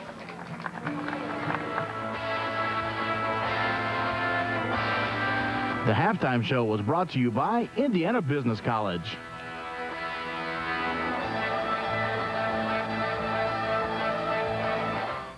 Insurance premiums can be sizable items in your family budget. With Indiana Farmers Mutual Insurance Group's dual policy discount, you can save on both home and auto insurance. Additional discounts on auto insurance for drivers age 45 and over. See your Indiana Farmers Mutual Insurance Group's independent agents for auto, home, business, and farm protection. Hi, I'm Wayne Hubson. For more information concerning dual policy discounts or other insurance needs, please call or stop by the Hubson Insurance Office. At Adams Auto Sales, we know that not everyone can afford to spend a lot of money on a late model vehicle. That's why Adams specializes in low-cost, high-quality, pre-owned cars, trucks, vans, and sport utilities. Why spend a fortune at those other dealers when you can find the vehicle you need at a price you can afford at Adams? You can find clean, dependable vehicles for under $5,000. It doesn't matter how much you spend, you'll still be treated like our #1 customer. Adams Auto Sales, Apperson Way at Markland Avenue, and Washington at Morgan. Hi, this is John with Sound of Music in Kokomo, inviting you to one of the largest showrooms of musical equipment in north central Indiana. For church and school sound systems, we recommend Mackie, Electro-Voice, JBL, PV, and Behringer. Home recording studios from Tascam, Fostex, and Alesis. Play the finest music on Roland, Corgan, and Sonic keyboards. Great guitars from Taylor, PRS, Gibson, and Washburn. Sound of Music, 106 West Walnut in Uptown Kokomo. Howard Tillman, John Fox, we're at halftime on the IBP scoreboard. Northwestern leading 38-7. John? Halftime stats, Howard. First of all, for the Western Panthers, they had only 3 first downs. Rushing attempts and yardage, 15 carries, minus 33 yards. Passing, they were 5 of 13 for 106 yards, 1 interception. Total offense, 73 yards for Western in the first half, Fumbles lost were 2. Penalties, 5 for 36 yards. Their punt average was 4 punts for an average of 36.3 yards. For the Northwestern Tigers, who are ahead 38-7, they have 11 first downs in the first half. Rushing, 13 rushes for only 33 yards, but they did all their damage through the air here, Howard. Northwestern, 12 of 23 passing, 307 yards, 5 TDs, 340 total yards offense. They lost 1 fumble. They had 4 penalties for 30 yards and had 2 punts, averaging 39.5 yards a punt. By the way, passing, Gibson for Northwestern, 12 for 23 for 307 yards and 5 TDs. For Western, Jay started out at the quarterback, 1 for 2 for 4 yards. Chris White came on. He's 4 of 11 passing for 102 yards and 1 TD. By the way, Walter Vaughn, 4 carries, Howard, minus 12 yards. The leading receiver for Northwestern, Andy Hardy, 5 for 151 yards so far here at halftime. And then they have got a total of 7 other receivers catching a pass in the first half for Northwestern. All right, there's Dan Robinson, the head coach of the Northwestern Tigers, and Cliff Van Natter will be kicking off. One interesting stat for Western receiving, Schroeder, who caught the only touchdown pass, Brad Schroeder, 3 receptions for 98 yards and a TD. All right, it's taken near the far sideline. Being run back by Billy Calhoun. And the tackle was made by Jordan Heitzman. Thanks to Mike Blackburn for his hospitality, the athletic director here at Northwestern. And his wife, Brenda, brought some delicious carrot cake here. Yes, Dennis had 3 or 4 pieces of it. I watched him. Our stat man, Tim Borf, has the actual count. Do you have the stats on that, Tim? Here's Western. Let's see how they can get things going in the second half, Howard.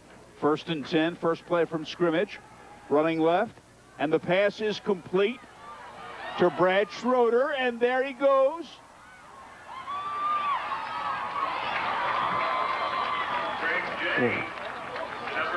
That's Mike Mays. I'm sorry, Mike Mays. Mays with that reception showing some great speed down the sideline. Only the last man, you'll see it here, was able to catch up with Mays. And they start out the second half with Greg Jay at quarterback. Jay, the 5'5" QB, rolls out, throws the pass in the flat. It's complete to Mays, and now it becomes a foot race, and Mays coming down the sidelines is going to get caught around the 15, right there coming into your screen. That was Kevin Hall making the stop and saving the touchdown saving tackle. 63-yard pass and run. 1st and 10 from the 12. The handoff to Calhoun, running right. And he's brought down. And the tackle was made by Kevin Hall. Kevin Hall's made both tackles so far in the second half for Northwestern. And a lot of times when you're ahead 38-7 in the locker room, you could come out a little complacent, a little flat if you're the team leading. As a coach, you want to tell them, hey, come out here and play it like it's 0-0. It's 38-7 in favor of Northwestern. Opening moment of period 3. Western ball. 2nd and 5.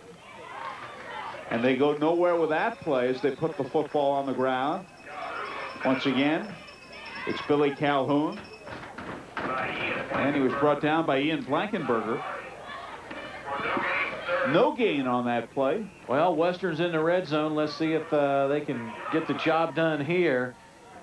Ball's actually down on the 6-yard line, Howard, and Western, remember, they scored right before halftime. Their only touchdown of the ball game so far, so maybe they're taking a little bit of that motion and transplanting it here in the second half. They're knocking on the door again. 3rd and 4 from the 6. The pitch out goes to Mike Mays. Not this time. Good pursuit by that Northwestern defense. Well, we've talked about it all night long. Northwestern's defense, they can cut you off with great defensive pursuit angles, and there is a lot to that. If you can get a good pursuit angle and cut the man off before he turns the corner, Northwestern's done a great job of that defensively. Kyle Hardy made the stop. It's 4th and 4 from the 5. It's 38-7. Clock running, 9:50 to go in the third quarter. I would think they're going to put the ball in the air here. I think you're right. Back to throw is Greg J. And it is incomplete. Incomplete. Incomplete. I think that was number 22, Darren Garber, and 21, Clinton the Nat, are both in there defensively for Northwestern. So, Northwestern will take over. 9:38 left in the third quarter. I wonder if Casey actually did any investigating at halftime other than just eating that carrot cake. Because I was asking what the school record was for a quarterback, single game record for passing yardage, and at halftime, Gibson had 307 yards. I wouldn't be surprised if he gets some more. They put the ball on the ground on first down. How do you like that? Yeah, you're exactly right. Jason Shue.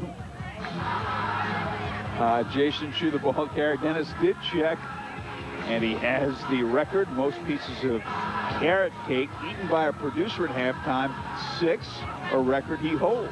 Well, I still couldn't top Tim Borf. Last week, Royal Line Pizza fed us at Sheridan, and he must have had at least 88 pieces of pizza. 88 or 8? Could be 88. 88. Yeah. That's the day they put lights at Wrigley Field, August the 8th, 1988. Hey, you're good at numbers, Howard. Nathan Gibson on a handoff. And they put the ball on the ground again on second down, something they hadn't done at all in the first half. Jason Shue, the ball carrier, almost said Gene Shue. There was a basketball player many years ago, a guard in the NBA named Gene Shue. And went on to coach. Yeah, coach for many years.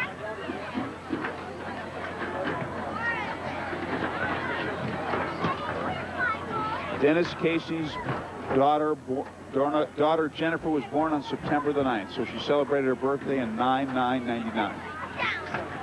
And was she 9 years old yesterday? No, 11. 11. Oh. Okay.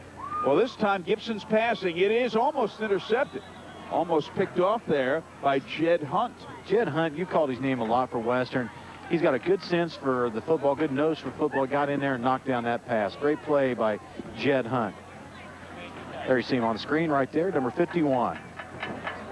Next week, we'll be at Avon High School. Yeah, I've got a little bit of a road trip, but you're close to home. Yes, I'll take 465 to 36 and head west.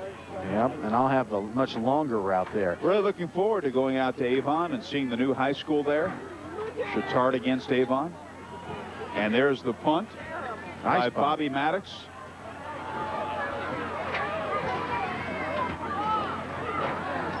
And he runs it back a few yards and is brought down.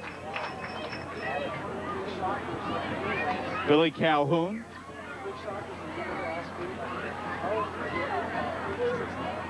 And the tackle was made by Jordan Heinzman. One of the big shockers last week in high school football was Arlington beat Avon. Did you say something about Wichita State? 36-0. No, I said shockers, but not the. Oh, not the. Oh, okay. I was just checking. Yeah,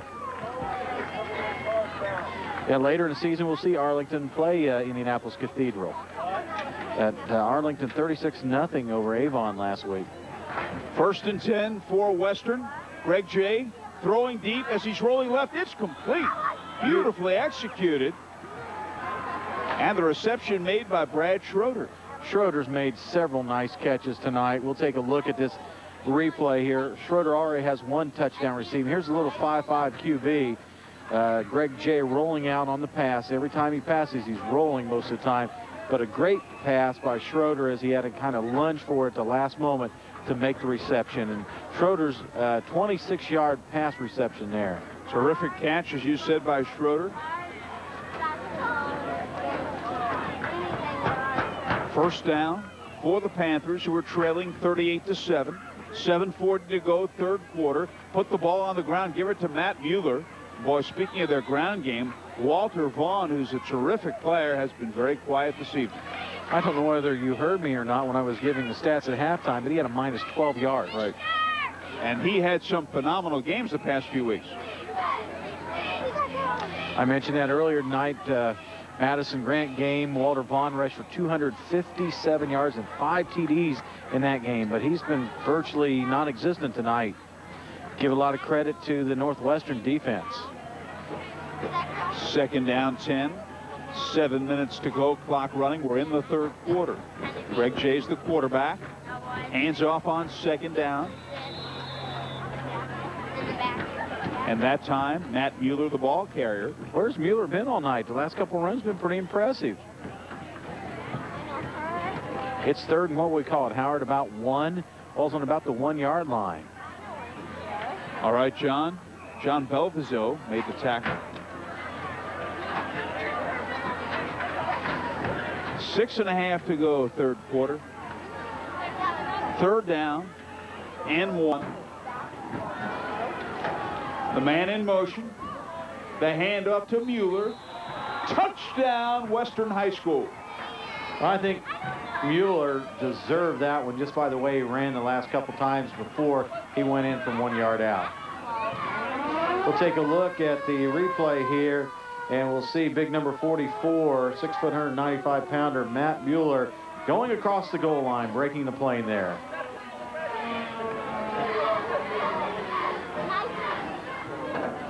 .620 to go in the 3rd quarter. Billy Calhoun for the extra point. And it's no good. No good. And that will put the score now at 38-13, Howard. Okay, John, it's 38-13 Northwestern. 6:20 to go. 3rd quarter on the IBP board. We'll be right back.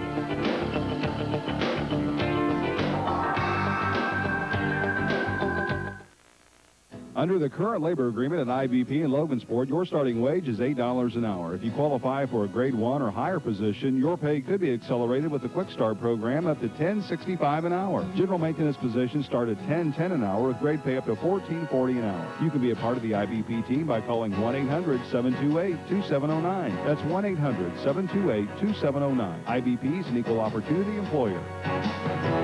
IBP. High school athletics are an important part of your community, and so is community banking. Locally owned and operated for over 100 years, First Farmers Bank and Trust is your hometown community bank. While deposits in larger banks may be invested several states away, the money you entrust to First Farmers is reinvested into small businesses, farms, and families in your area. So keep your interest at home. Come see us at First Farmers Bank and Trust, helping your community grow.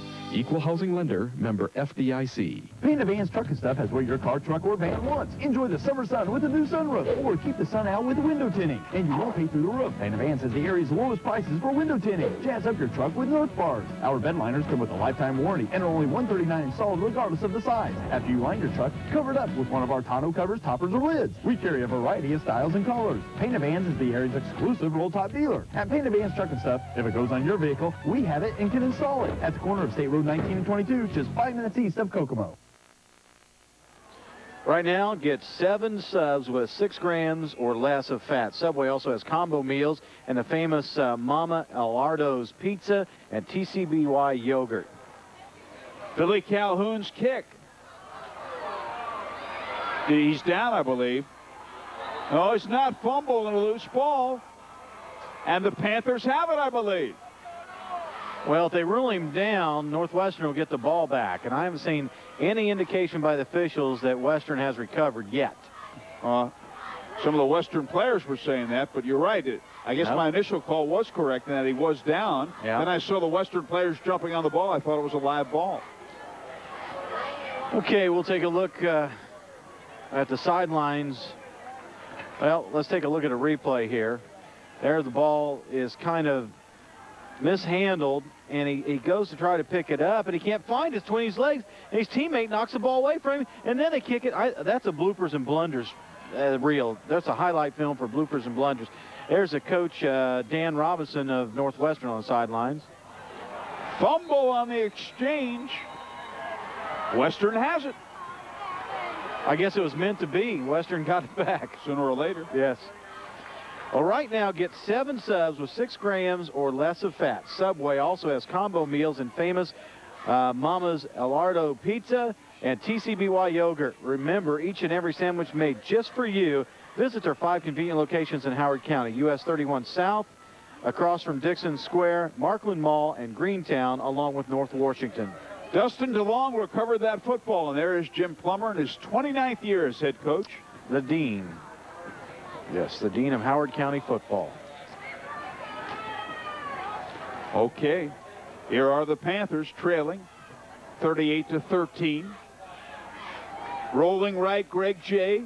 Throwing incomplete. Stops the clock here in this third quarter. Oh, with 6:07 to go.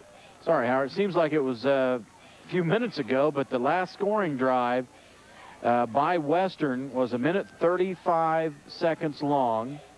4 plays, 36 yards. The key play was a 26-yard pass from Jay to Schroeder, and Mueller went in from 1 yard out for the TD. The extra point no good, and that's where we're at. 38-13, Northwestern over Western. Greg J. barking out those signals. The man in motion is Ryan Yoder. Jay rolling right, throwing right, incomplete, intended for Matt Mueller. I tried not to. What was it? One of Dennis's puns? Yes. What was it? You want to enlighten the audience by telling? Basically, the quarterback, Greg J. of Western Panthers, he said if he gets his medical degree, he'll be known as Dr. J. Oh, okay. We don't want to get too far ahead. He's still in high school, you know. That's right. We don't push him along too much. Just a junior. And here he is already with a medical degree. On the Tiger 18-yard line. Yes, Walter Vaughn of Western Panthers came in tied for 11th in state rushing with Chris Morse, excuse me, from Zionsville. We saw him a couple weeks ago when they played Western Boone, the Webo Stars. There is Dan Robinson. Add on backward. Former catcher. Just a joke. It's time for break, Howard. All right. 6:01 left. Third quarter. IBP scoreboard. Northwestern leading 38-13.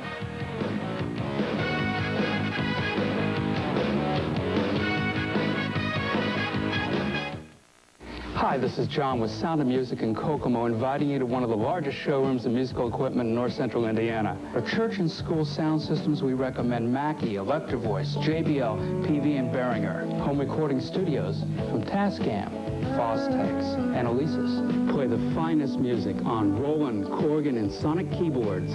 Great guitars from Taylor, PRS, Gibson, and Washburn. Sound of Music, 106 West Walnut in Uptown Kokomo. Break out to Brad Howell Ford in Greentown. With a new building and Ford vehicles, we have a lot to offer. From our showroom, you can see right into the service area. Our friendly technicians are certified to work on most makes and models. The service waiting area has a play area for the kids and an office area with a data port for the adults. But don't plan on staying long. With more service bays and state-of-the-art technology, the wait for repairs is minimal. We're excited about our new facility, but we still believe in personalized service. Brad Howell Ford, where the customer is still #1, only a few minutes east of Kokomo on State Road 22. High school athletics are an important part of your community, and so is community banking. Locally owned and operated for over 100 years, First Farmers Bank and Trust is your hometown community bank. While deposits in larger banks may be invested several states away, the money you entrust to First Farmers is reinvested into small businesses, farms, and families in your area. So keep your interest at home. Come see us at First Farmers Bank and Trust, helping your community grow. Equal housing lender, member FDIC. Howard Kellman, John Fox. There's your IBP scoreboard. Northwestern leading 38-13. 6:01 left in the third quarter. Western has the football. The man in motion is Matt Slick. Jay, it's Calhoun. Calhoun with it. Throwing. It is incomplete. Halfback option pass that time by Calhoun. He tried to thread the needle. He had one receiver down there in a pack of about 3 Northwestern defenders, but he couldn't find that receiver, Brad Schroeder, as he walks back to the Western huddle. With 5:51 left to go in the third quarter. It's 4th and 10.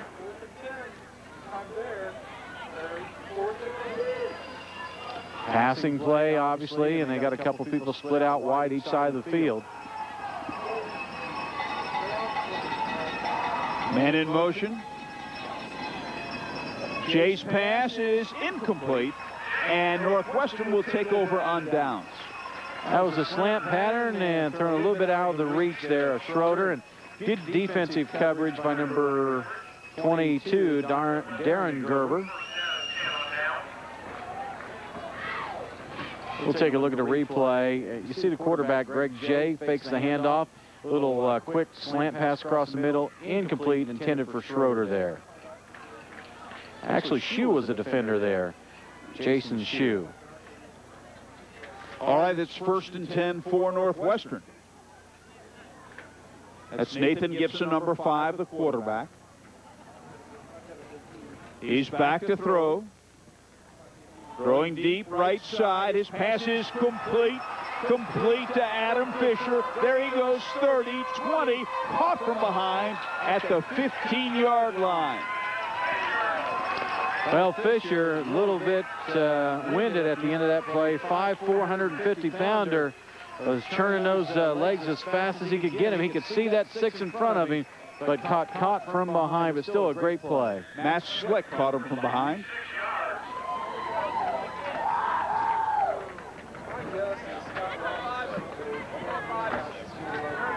66-yard pass and run. Well, maybe one of the guys here in the press box might have some. You've asked everybody, huh? Dennis Casey said he, while he was out socializing at halftime eating carrot cake, figures that either Scott Robinson, former Northwestern quarterback, or Dwayne Ewing hold the single-game passing record for a quarterback. Okay. Gibson back to throw. Thrown for a loss.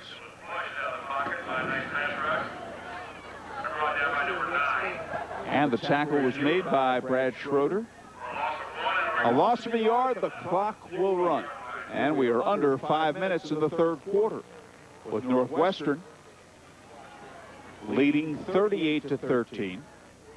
Dennis must have really enjoyed that carrot cake. Still talking about it. Must have been good.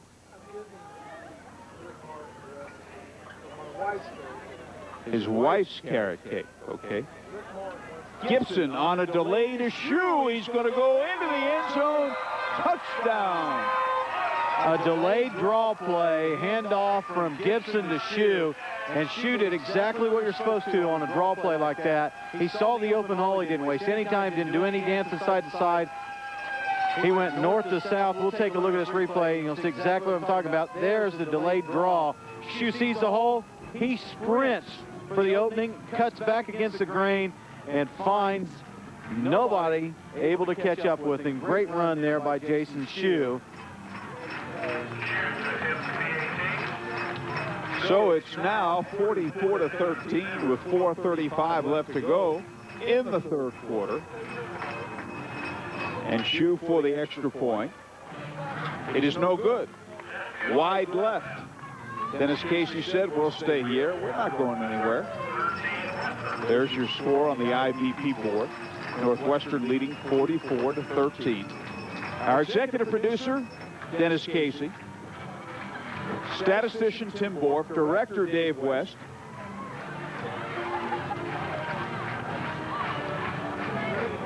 On camera, David Champ, Pete Lance, Guy Kamara, Eric Horst, Deidre Hutton on graphics, Greg Gokenauer on audio, and our engineer is Rick Martin. Thanks to all of you for making it possible. Well, the latest scoring drive, 1 minute 14 seconds duration, 3 plays, 81 yards. A key play, 66-yard pass from Gibson to Fisher. Shue went in from 16 yards out on the TD run. Extra point no good. 44-13 Northwestern on top. By the way, Gibson passing, he is 13 for 25 for the Northwestern Tigers. 373 yards, 5 TDs. Fisher receiving 3 receptions, 108 yards. Okay, and there is the kickoff. by Clint Van Natter. It was run back by Ryan Yoder. Clint Van Natter made the tackle, so a first down for Western. You know, Gibson's passing numbers are very reminiscent of a Dan Marino type day or a John Elway type day. 373 yards passing. 4:29 left, third quarter. Or a Brett Favre type day. Yep. Had to get that in. My son's a big Green Bay Packer fan. He is. My son returned a punt 70 yards last night. He did. For a touchdown. How about that? So I know he's going to be watching tonight. I want to say, hey, good job. You certainly let him stay up late. I'm glad to see that. That's right. He asked me, he says, is Howard back with you this week? I said, yeah, the Indians were done early this season. They didn't make the playoffs. Matt Mueller, the ball carrier, and the tackle was made by Darren Graber. Indians finished 73 and 69 this year, right? Finished second, and that didn't get it done. Nope. Fourth straight second-place finish. The thing I noticed this year about the Indianapolis Indians, there was a lot of players going a lot of different directions. That's part of it. That happens everywhere to most teams. It's how you adjust after those things. That's the key. And they're putting it on the ground again. The tackle was made by Clint Van Natter. Well, Van Natter, of course, we talked about him several times in the first half. Not only does he work at Burns Marathon, where Dennis Casey gets his gas, but he has been a very active young man out on the field for the Northwestern Tigers. Clint Van Natter. Garrett Rudd, the ball carrier.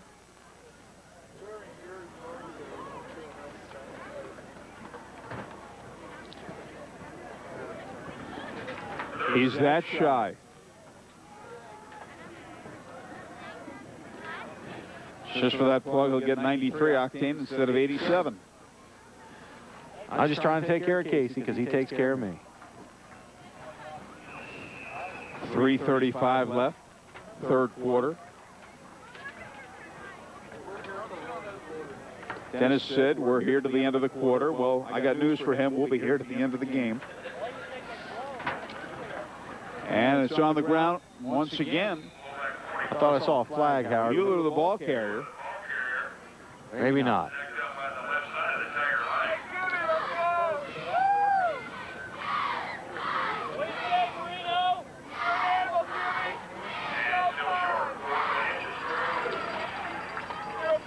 Ian Blankenberger made the tackle. Fourth down, less than a yard. Billy Calhoun in punt formation.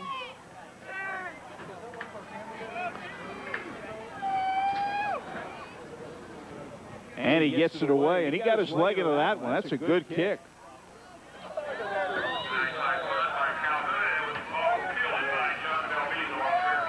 Well, a fair catch by John Belviso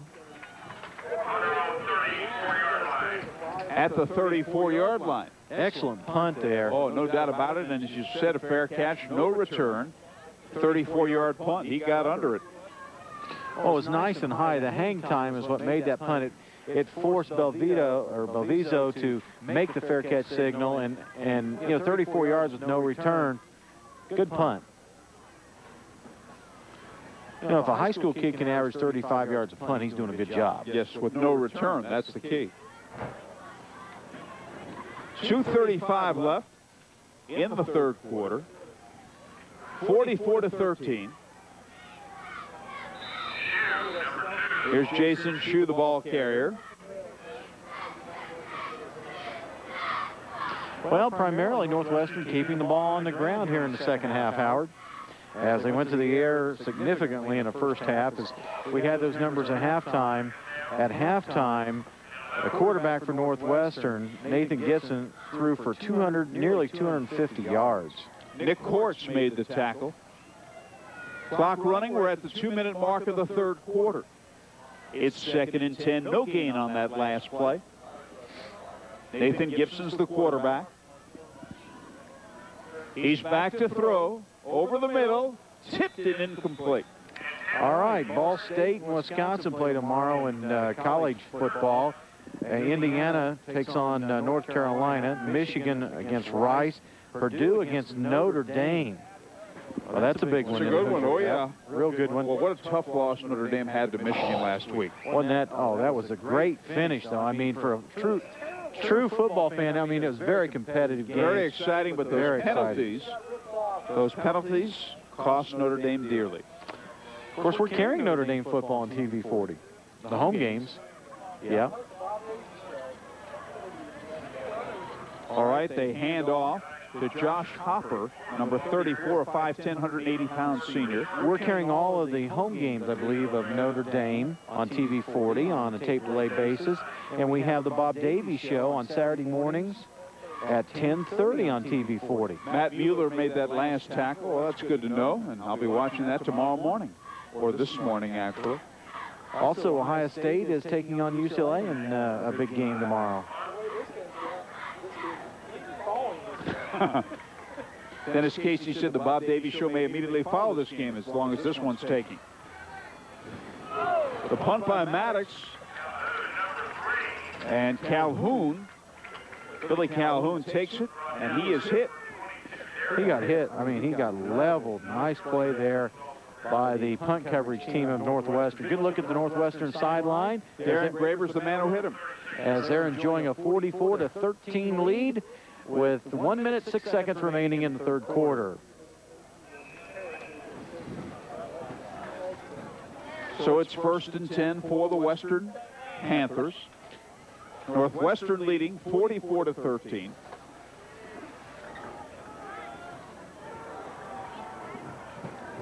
The man in motion is Matt Slick. Penalty markers down. John Fox, a former official, indicates illegal procedure. Let's see if he's right. Well, that was kind of a no-brainer because the end on the Western side took off at least one snap count ahead. Nope, it's offside, John. Sorry about that. Same thing. Can't win them all. Yeah. You may be right anyway. And we're told that Matt Slick ran offside by Tim Borb. Well, Slick took off way too soon upfield. Right. And you thought it was procedure and the official said offside. Well, I knew one of you would be right. Exactly. A minute 4 left, third quarter. The reverse. The ball carrier, Ryan Yoder. And a nice play executed there by the Panthers. And he was tackled by Darren Graber. Oh, Graber has been very active defensively. You look at Dan Robinson on the screen. Second stint as the head coach here at Northwestern. He left for a few years. He's back enjoying being reunited with his Northwestern Tigers. Oh, he's very happy to be back. And as we pointed out at the top of the broadcast, he taught advanced math during the 4 years that he was not coaching here. Still taught here at Northwestern. 58 seconds left in the third quarter. That pass is up in the air. It is incomplete. He was unable to hold on to the football. Intended for Billy Calhoun. Well, Calhoun knew the ball was overthrown, so he tried to tip it to himself. He batted it up in the air and then tried to dive and make the catch, but a little bit too far away when he made a deflection. This Calhoun kid is a good athlete. He's only a junior. 5'9", 155-pounder. What amazes me is Greg Jay, the 5'5" quarterback. I mean, as soon as he gets the ball, he sprints away from the line, either right or left, and tries to get away from the line so he can look downfield. At 5'5", he's in a definite disadvantage trying to look over much bigger linemen. That's about as short a quarterback John Zabra can remember seeing. Me too. He hands off on a delay to Calhoun. First man to get him was Chris McKibben, number 11. Well, Calhoun's going to get about 7 or 8 yards, but he's still going to be shy of what he needed for a first down. Probably about 7 yards. That'll bring up 4th and 2. Calhoun, there's a good shot of Billy. He is a 5'9", 155-pound junior. 32 is at 22. Let me put my glasses on. 19 seconds left. It was 22 seconds. 19 seconds, clock running. Third quarter.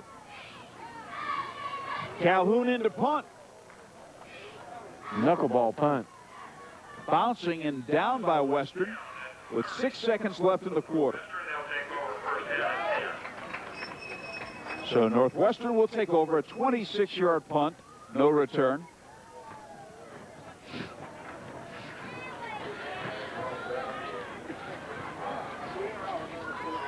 Six seconds left in the third quarter.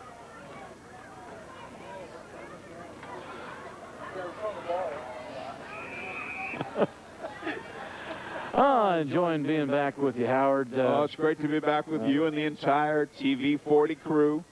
I thought maybe you'd take a long vacation after the Indian season. Yeah, I did. I took 3 days off. 3 days. All right, Northwestern ball. See if Nathan Gibson still is in there. Andy Hardy has come into quarterback. They put the ball on the ground. And that is the end of the third quarter. The football was carried by Josh Hopper. That's the end of the third quarter on the IBP board. Northwestern 44, Western 13. We'll be right back.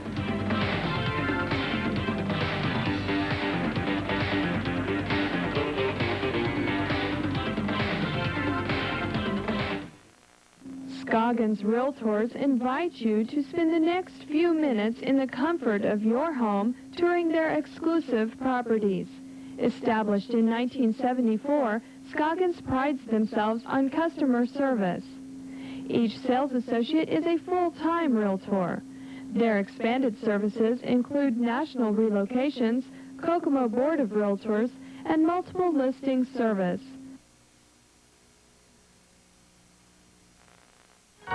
The 99 model closeout continues at Kokomo Chrysler Plymouth with fantastic deals. Right now you can get a 99 Concord with a $1,500 rebate or 1.9% financing up to 60 months with approved credit. Get a 99 minivan with up to a $1,250 rebate. See the deals today at Kokomo Chrysler Plymouth, a proud member of the Kokomo New Car Dealers Association at US 31 and Lincoln Road. Simply put, why go anywhere else? Why go anywhere else? McCool Flooring is your Mohawk Industries outlet. We carry the complete lineup of Mohawk companies, including Mohawk Carpet, Karastan, Horizon, Galaxy, Aladdin, and Kidproof. If you're looking for a great value on the best brands in the flooring industry, check out McCool's Flooring Outlet. We also carry a full line of hardwoods, sheet vinyl, vinyl tile, ceramic tile, and laminate, discounted every day. When you're ready to beautify your home and save money, shop McCool's Flooring Outlet at either of our 2 locations, on US 31 South Kokomo or in the Village Park Plaza, Westfield. Fourth and final quarter, opening play. Northwestern ahead 44-13. The quarterback is Andy Hardy. He's back to throw. It is incomplete.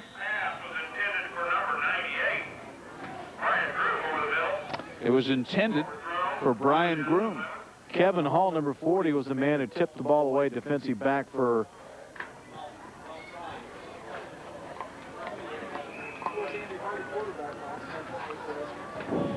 Andy Hardy was the Tigers quarterback a year ago.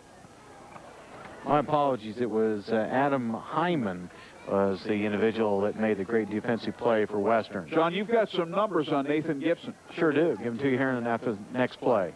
And Hardy back to throw again. Now he runs instead and is caught, and a very nice tackle is made there by Matt Mueller. Well, if Gibson's done for the night, of course, Andy Hardy in there now at the quarterback position. If Gibson is done for the night, Nathan Gibson ended up the night 13 of 26, 373 yards passing, 5 passing touchdowns, and 50% completion ratio, 373 yards. A lot of people like to have that in the season. He had a terrific game, especially a dominating first quarter. They broke this game open very early. And the fair catch. Ryan Yoder signaling and catching the football. Fair catch. Dennis Casey said he will look up the school record for quarterback passing yards in a single game at Northwestern, and we'll make sure we mention it on the broadcast next week, Dennis said. Well, that'll give us something to look forward to. 39-yard punt with a fair catch there. Webster's on a bridge to look it up. Howard's in midseason form. All right, 11:20 left in this football game. Western ball. Four wideouts this time. Chris White is in there to quarterback. He throws deep, a little too far. And his intended receiver has hurt his leg. Well, I think he's got a leg cramp, Howard. Matt Slick. Slick's been going both ways, and I think it's the fatigue starting to set in on Matt Slick. You can see him just kind of hobbling off. He's probably got a very tight leg cramp over there. Yep, that may be the case. We'll look at it again. And dropping back to pass is Chris White. Gets away from one would-be tackler, rolls to the left side of the field, the far side, and flings it downfield. And then you'll see right there Matt Slick kind of come up lame about right there. That muscle got real tight at the end. You mentioned the word fatigue. Here's this play, the handoff to Matt Mueller, running left. I think he got a first down. And he did not get out of bounds. You remember what the great Vince Lombardi said about fatigue.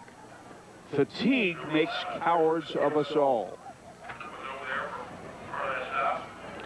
I think this Mueller kid, they should have used him a little bit more effectively in the first half. The way he's running the second half. You know, they really took their ground game away early. I mean, before Western had a chance to turn around, they'd been stopped 3 times in a row. It was a 28-0 game. Well, you've also got to look at, too, you got Dan Robinson with wholesale substitutions in here, so obviously Mueller's running a little bit better. Right, it's a different lineup. Yeah, a different lineup, not their starting defense. And the other point we talked about earlier was Walter Vaughn was shut down tonight after 3 great games.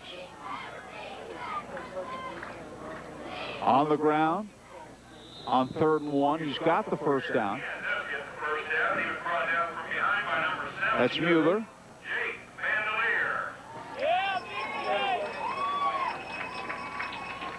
Jake Bandelier in on the last stop, number 79. Pretty big kid, 6'1", 260, only a sophomore for Northwestern. This Northwestern team got a lot of big young kids on their line.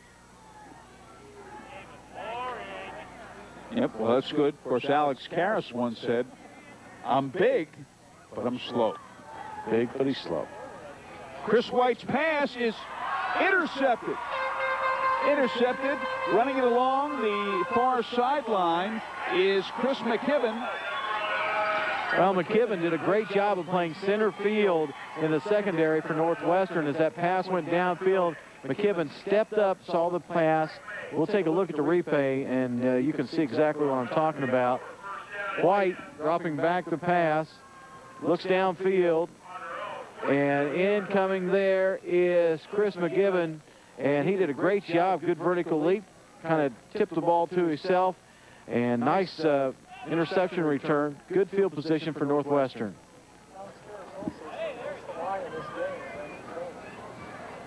A 19-yard return.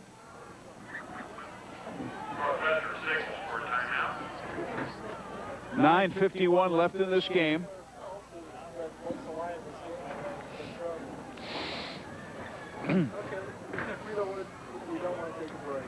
We'll stay right here. No break. Next week. Next week we'll be at Avon High School. Got a brand new facility down there. Looking forward to seeing the Orioles in action as they host the Chittard Trojans, the 2-time defending state champion Class 3A. And Chittard, Dennis told us before the ball game, he's just a wealth of information. So Chittard has lost 3 games to the number 1 2A, number 1 3A, and the number 1 4A schools in succession, right? Evansville Mater Dei in 2A. Of course, Indianapolis Roncalli Rebels in 3A. And Cathedral in 4A. And, boy, a couple of those Indy teams, they're playing some powerhouses from Ohio. You mentioned that, Howard, this week. Yeah, that's right. Moeller High School. Yep. And St. Xavier. Yeah, Moeller is playing Roncalli. Right. And Cathedral. And go ahead. And they're playing St. Xavier of Cincinnati, Ohio, as you were getting ready to mention. But, boy, that can only help your program when you play teams like that. Avon's got some terrific players led by quarterback Jeremy Thompson. We have 9:25 left to go in this one with the clock running. Jesse Schubert, star running back for Avon. 2nd and 2. Second effort's going to get it. And you can see the tackling is not especially crisp at this point.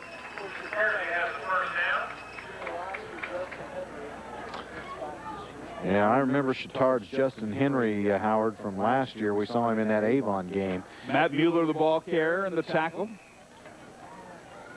I'm sorry, Hopper was the ball carrier.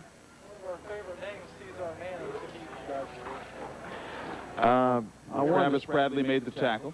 I wanted to mention the young quarterback from Ritter. Have you heard how he's doing this year? Hardy hands off, and that's Josh Hopper again. I was very impressed with the young quarterback Ritter had last year. He's only a freshman then. Sophomore this year, Ryan Harple. Really good athlete. And, of course, they're playing Speedway Sparkplugs tonight. Yep. Indianapolis. Sparkplugs program's been better lately. Yes, it has. We saw them in the semi-state last year. Yep. That was over at Western Boone, as I remember. Weba, and that's one place I have no trouble finding. What's that, Webo? Yeah. 65-32, go west, and you're there.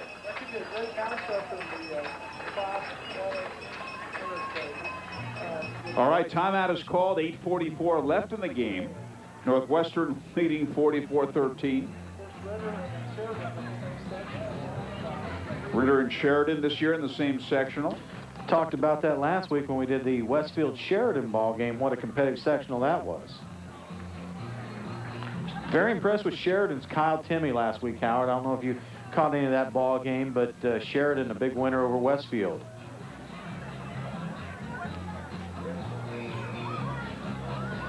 Boy, I tell you, Larry Bud Wright at Sheridan, he doesn't rebuild, he just reloads.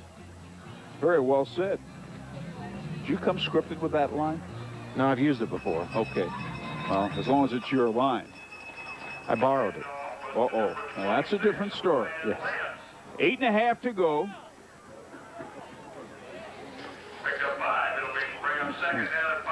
The ball carrier, Tony Dunson. New quarterback is Matt King. 8:17 left to go. Look at that football bouncing around. Incomplete.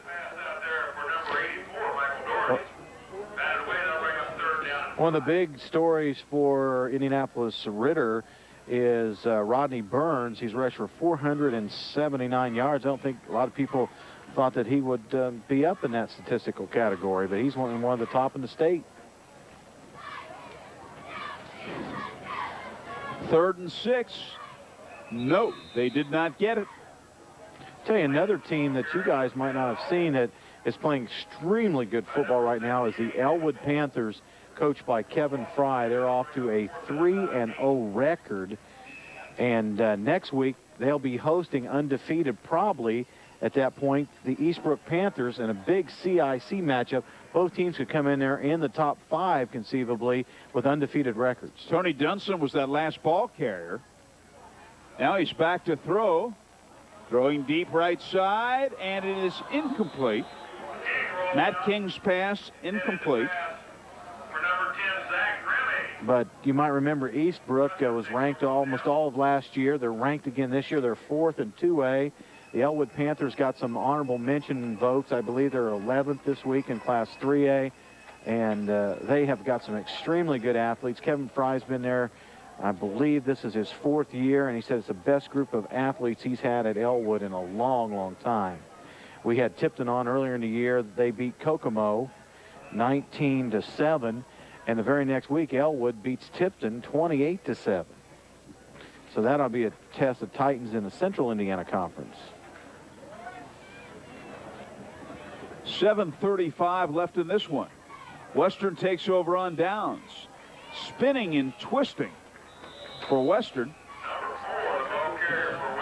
is Joe Dyer. First time he's carried the football. Number 4, Joe Dyer. And he was brought down on the play by Michael Doherty. And talking about the Elwood Panthers, Howard, Kyle Nichols, outstanding running back for the Panthers. As a matter of fact, most of their skilled people are back. Clifton Jones of the Anderson High School Indians, great receiver, running back, all-purpose type guy. He's an exciting player to watch. Put it on the ground again.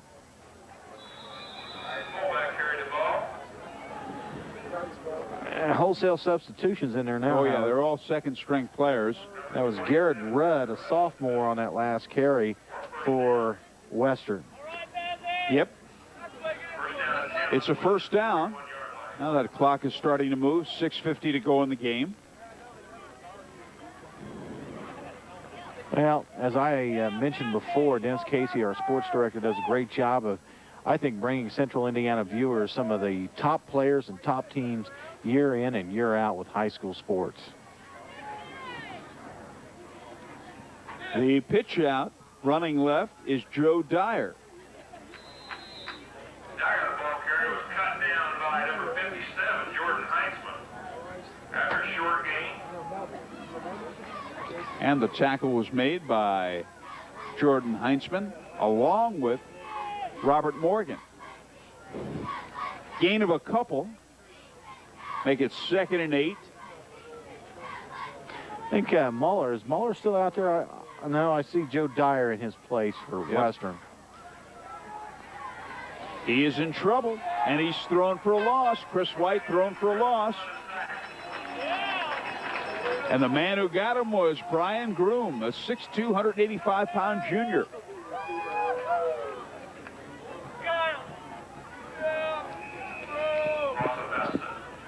And Groom did a great job of getting in there. Very quickly eluded the blocking of the front line of Western and was able to sack the quarterback for, what, about maybe a 8-9 yard loss? 5:19 to go. They put it on the ground again.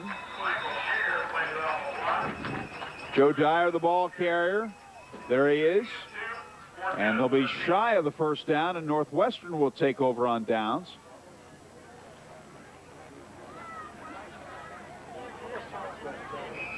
Just under 5 minutes left to go. Doherty dropping back deep to return the punt. Calvin a decent punt. 4th down, and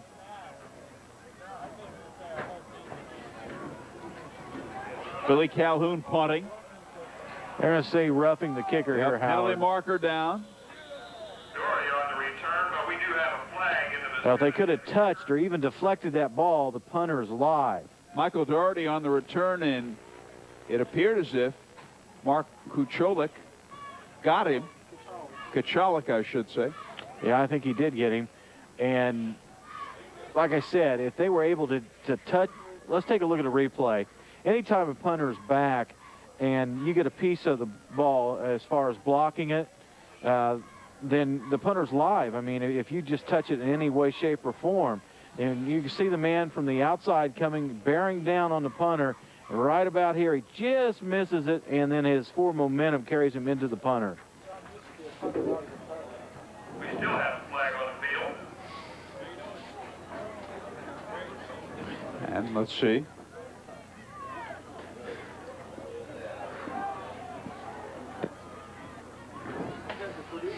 All right, we'll see what they call this. Now the official picks up his flag. The call was roughing the kicker. Roughing the kicker. First down, automatic first down. Western has the ball on the Northwestern 49-yard line. 4:36 left in the game. Running left is Chris White. And that Good play there. Kyle Chaffee. Chaffee did a good job of catching that ball down around the knees. Good concentration on the low throw from the quarterback, Chris White. You know, White, I don't know if you mentioned it, Howard, he is a 6', 155-pound freshman. Right. Oh, yeah. And the tackle was made by Greg Daly. 4:20 to go. They put it on the ground this time. Got a couple. Joe Dyer, the ball carrier. And he was brought down by Scott Jackal. You know, I was talking about the Elwood Panthers being one of the better teams in the CIC and Eastbrook also. The Yorktown Tigers, they've been strong with Coach Doug Denny over the past several years. You look at some other teams over in that area. Muncie Central started to resurge as a football power in the Muncie area. Put it on the ground once again on 2nd and 10. Substantial gain. The ball carrier, Garrett Rudd. Newcastle Trojans went 2 years, I think, and didn't win a ball game. And they won their very first 2 this year, and they're starting to get things turned around there. So you're seeing some momentum shifts of different programs. Bobby Brewbreaker and Greg Woolene on that last tackle with 3:10 left to go in this game.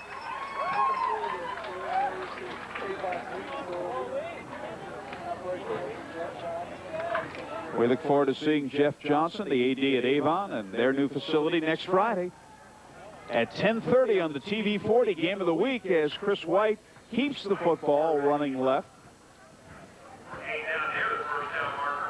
Close to a first down. I just got to make sure that I get directions from somebody that knows how to get to Avon, because quite honestly, I've never been to Take Avon. 36 west. Get on 465. Take it to 36 west. A couple of exits shy of the airport. Got it? Mm-hmm. You follow so far? Yep. Go to Dan Jones Road and then ask for directions. No. And right, then make a Howard. left turn. What do you get up my neck? Then make a left turn.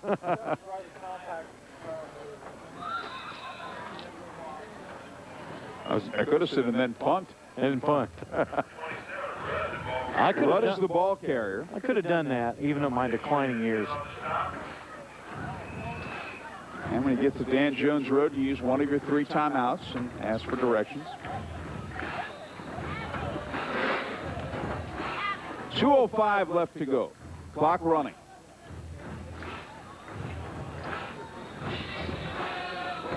He's back to throw. White throwing deep. It is incomplete. Had his man out there. And Kyle Chaffee was unable to hang on. Coverage on the play provided by Kyle Hartman. Kyle Chaffee's been pretty active. They've thrown the ball a lot to him, Western has. All right, let's pause for these words. C. Schaffner Kitchen and Bath for an efficient, beautiful kitchen. Listen to what builders are telling everyone. Expertise, creativity, dependability, and quality. That's why I buy at Schaffner's. Haas is a customer pleaser. Haas quality with Schaffner service is a winning combination. See Schaffner's Kitchen for spring remodeling projects. Schaffner's, masters of kitchen and bath remodeling. Come in and see Haas Cabinetry on sale for any room in your home. The 99 model closeout continues at Kokomo Chrysler Plymouth with fantastic deals. Right now, you can get a 99 Concord with a $1,500 rebate or 1.9% financing up to 60 months with approved credit. Get a 99 minivan with up to a $1,250 rebate. See the deals today at Kokomo Chrysler Plymouth, a proud member of the Kokomo New Car Dealers Association at US 31 and Lincoln Road. Simply put, why go anywhere else? Why go anywhere else? High school athletics are an important part of your community, and so is community banking. Locally owned and operated for over 100 years, First Farmers Bank and Trust is your hometown community bank. While deposits in larger banks may be invested several states away, the money you entrust to First Farmers is reinvested into small businesses, farms, and families in your area. So keep your interest at home. Come see us at First Farmers Bank and Trust, helping your community grow. Equal housing lender, member FDIC. Howard Kellman, John Fox, 44-13 Northwestern leading.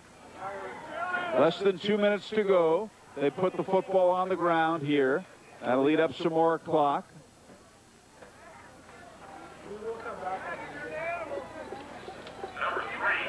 And the ball carrier was Garrett Rudd. Mike Mark Kuchelik made the tackle.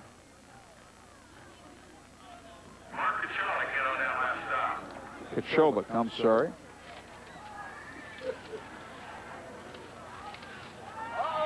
Rolling left is White.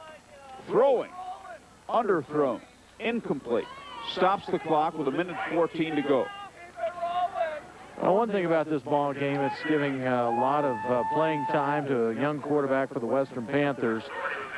And Chris White, he split time really with Greg Jay at quarterback. Jay's a junior, White the freshman. Give a lot of credit, though, to Greg Jay for 5'5". He's very effective passing the ball. He does it on the sprint out pattern.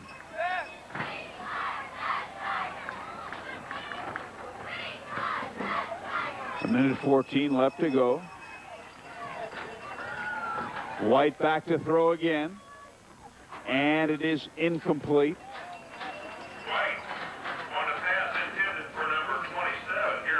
Intended for Garrett Rudd. That'll bring up 4th and 10 at the, no, excuse me, that's change of downs, isn't it? Yep. Number 39, Greg Daly, was also there on the coverage. 1:09 left in the game. Well, the Northwestern Tigers will push that record up to 3-1 and even their record in the conference at 1-1 with this victory, while Western will drop to 2-2 and even their record at 1-1 in the MIC. All right, John Fox. Final minute 9. Jim Plummer's going to have to wait another week for number 200. Put the ball on the ground on first down. Matt King. The ball, the quarterback rather, handing off and running the football was Chad Ozenbaugh. Well, Jim Plummer stuck at 199 wins in his career. His Panthers of Western will host McConaughey next week as his team searches for number 200 in his coaching career victories. 35 seconds to go on second down. This could be the last play of the game.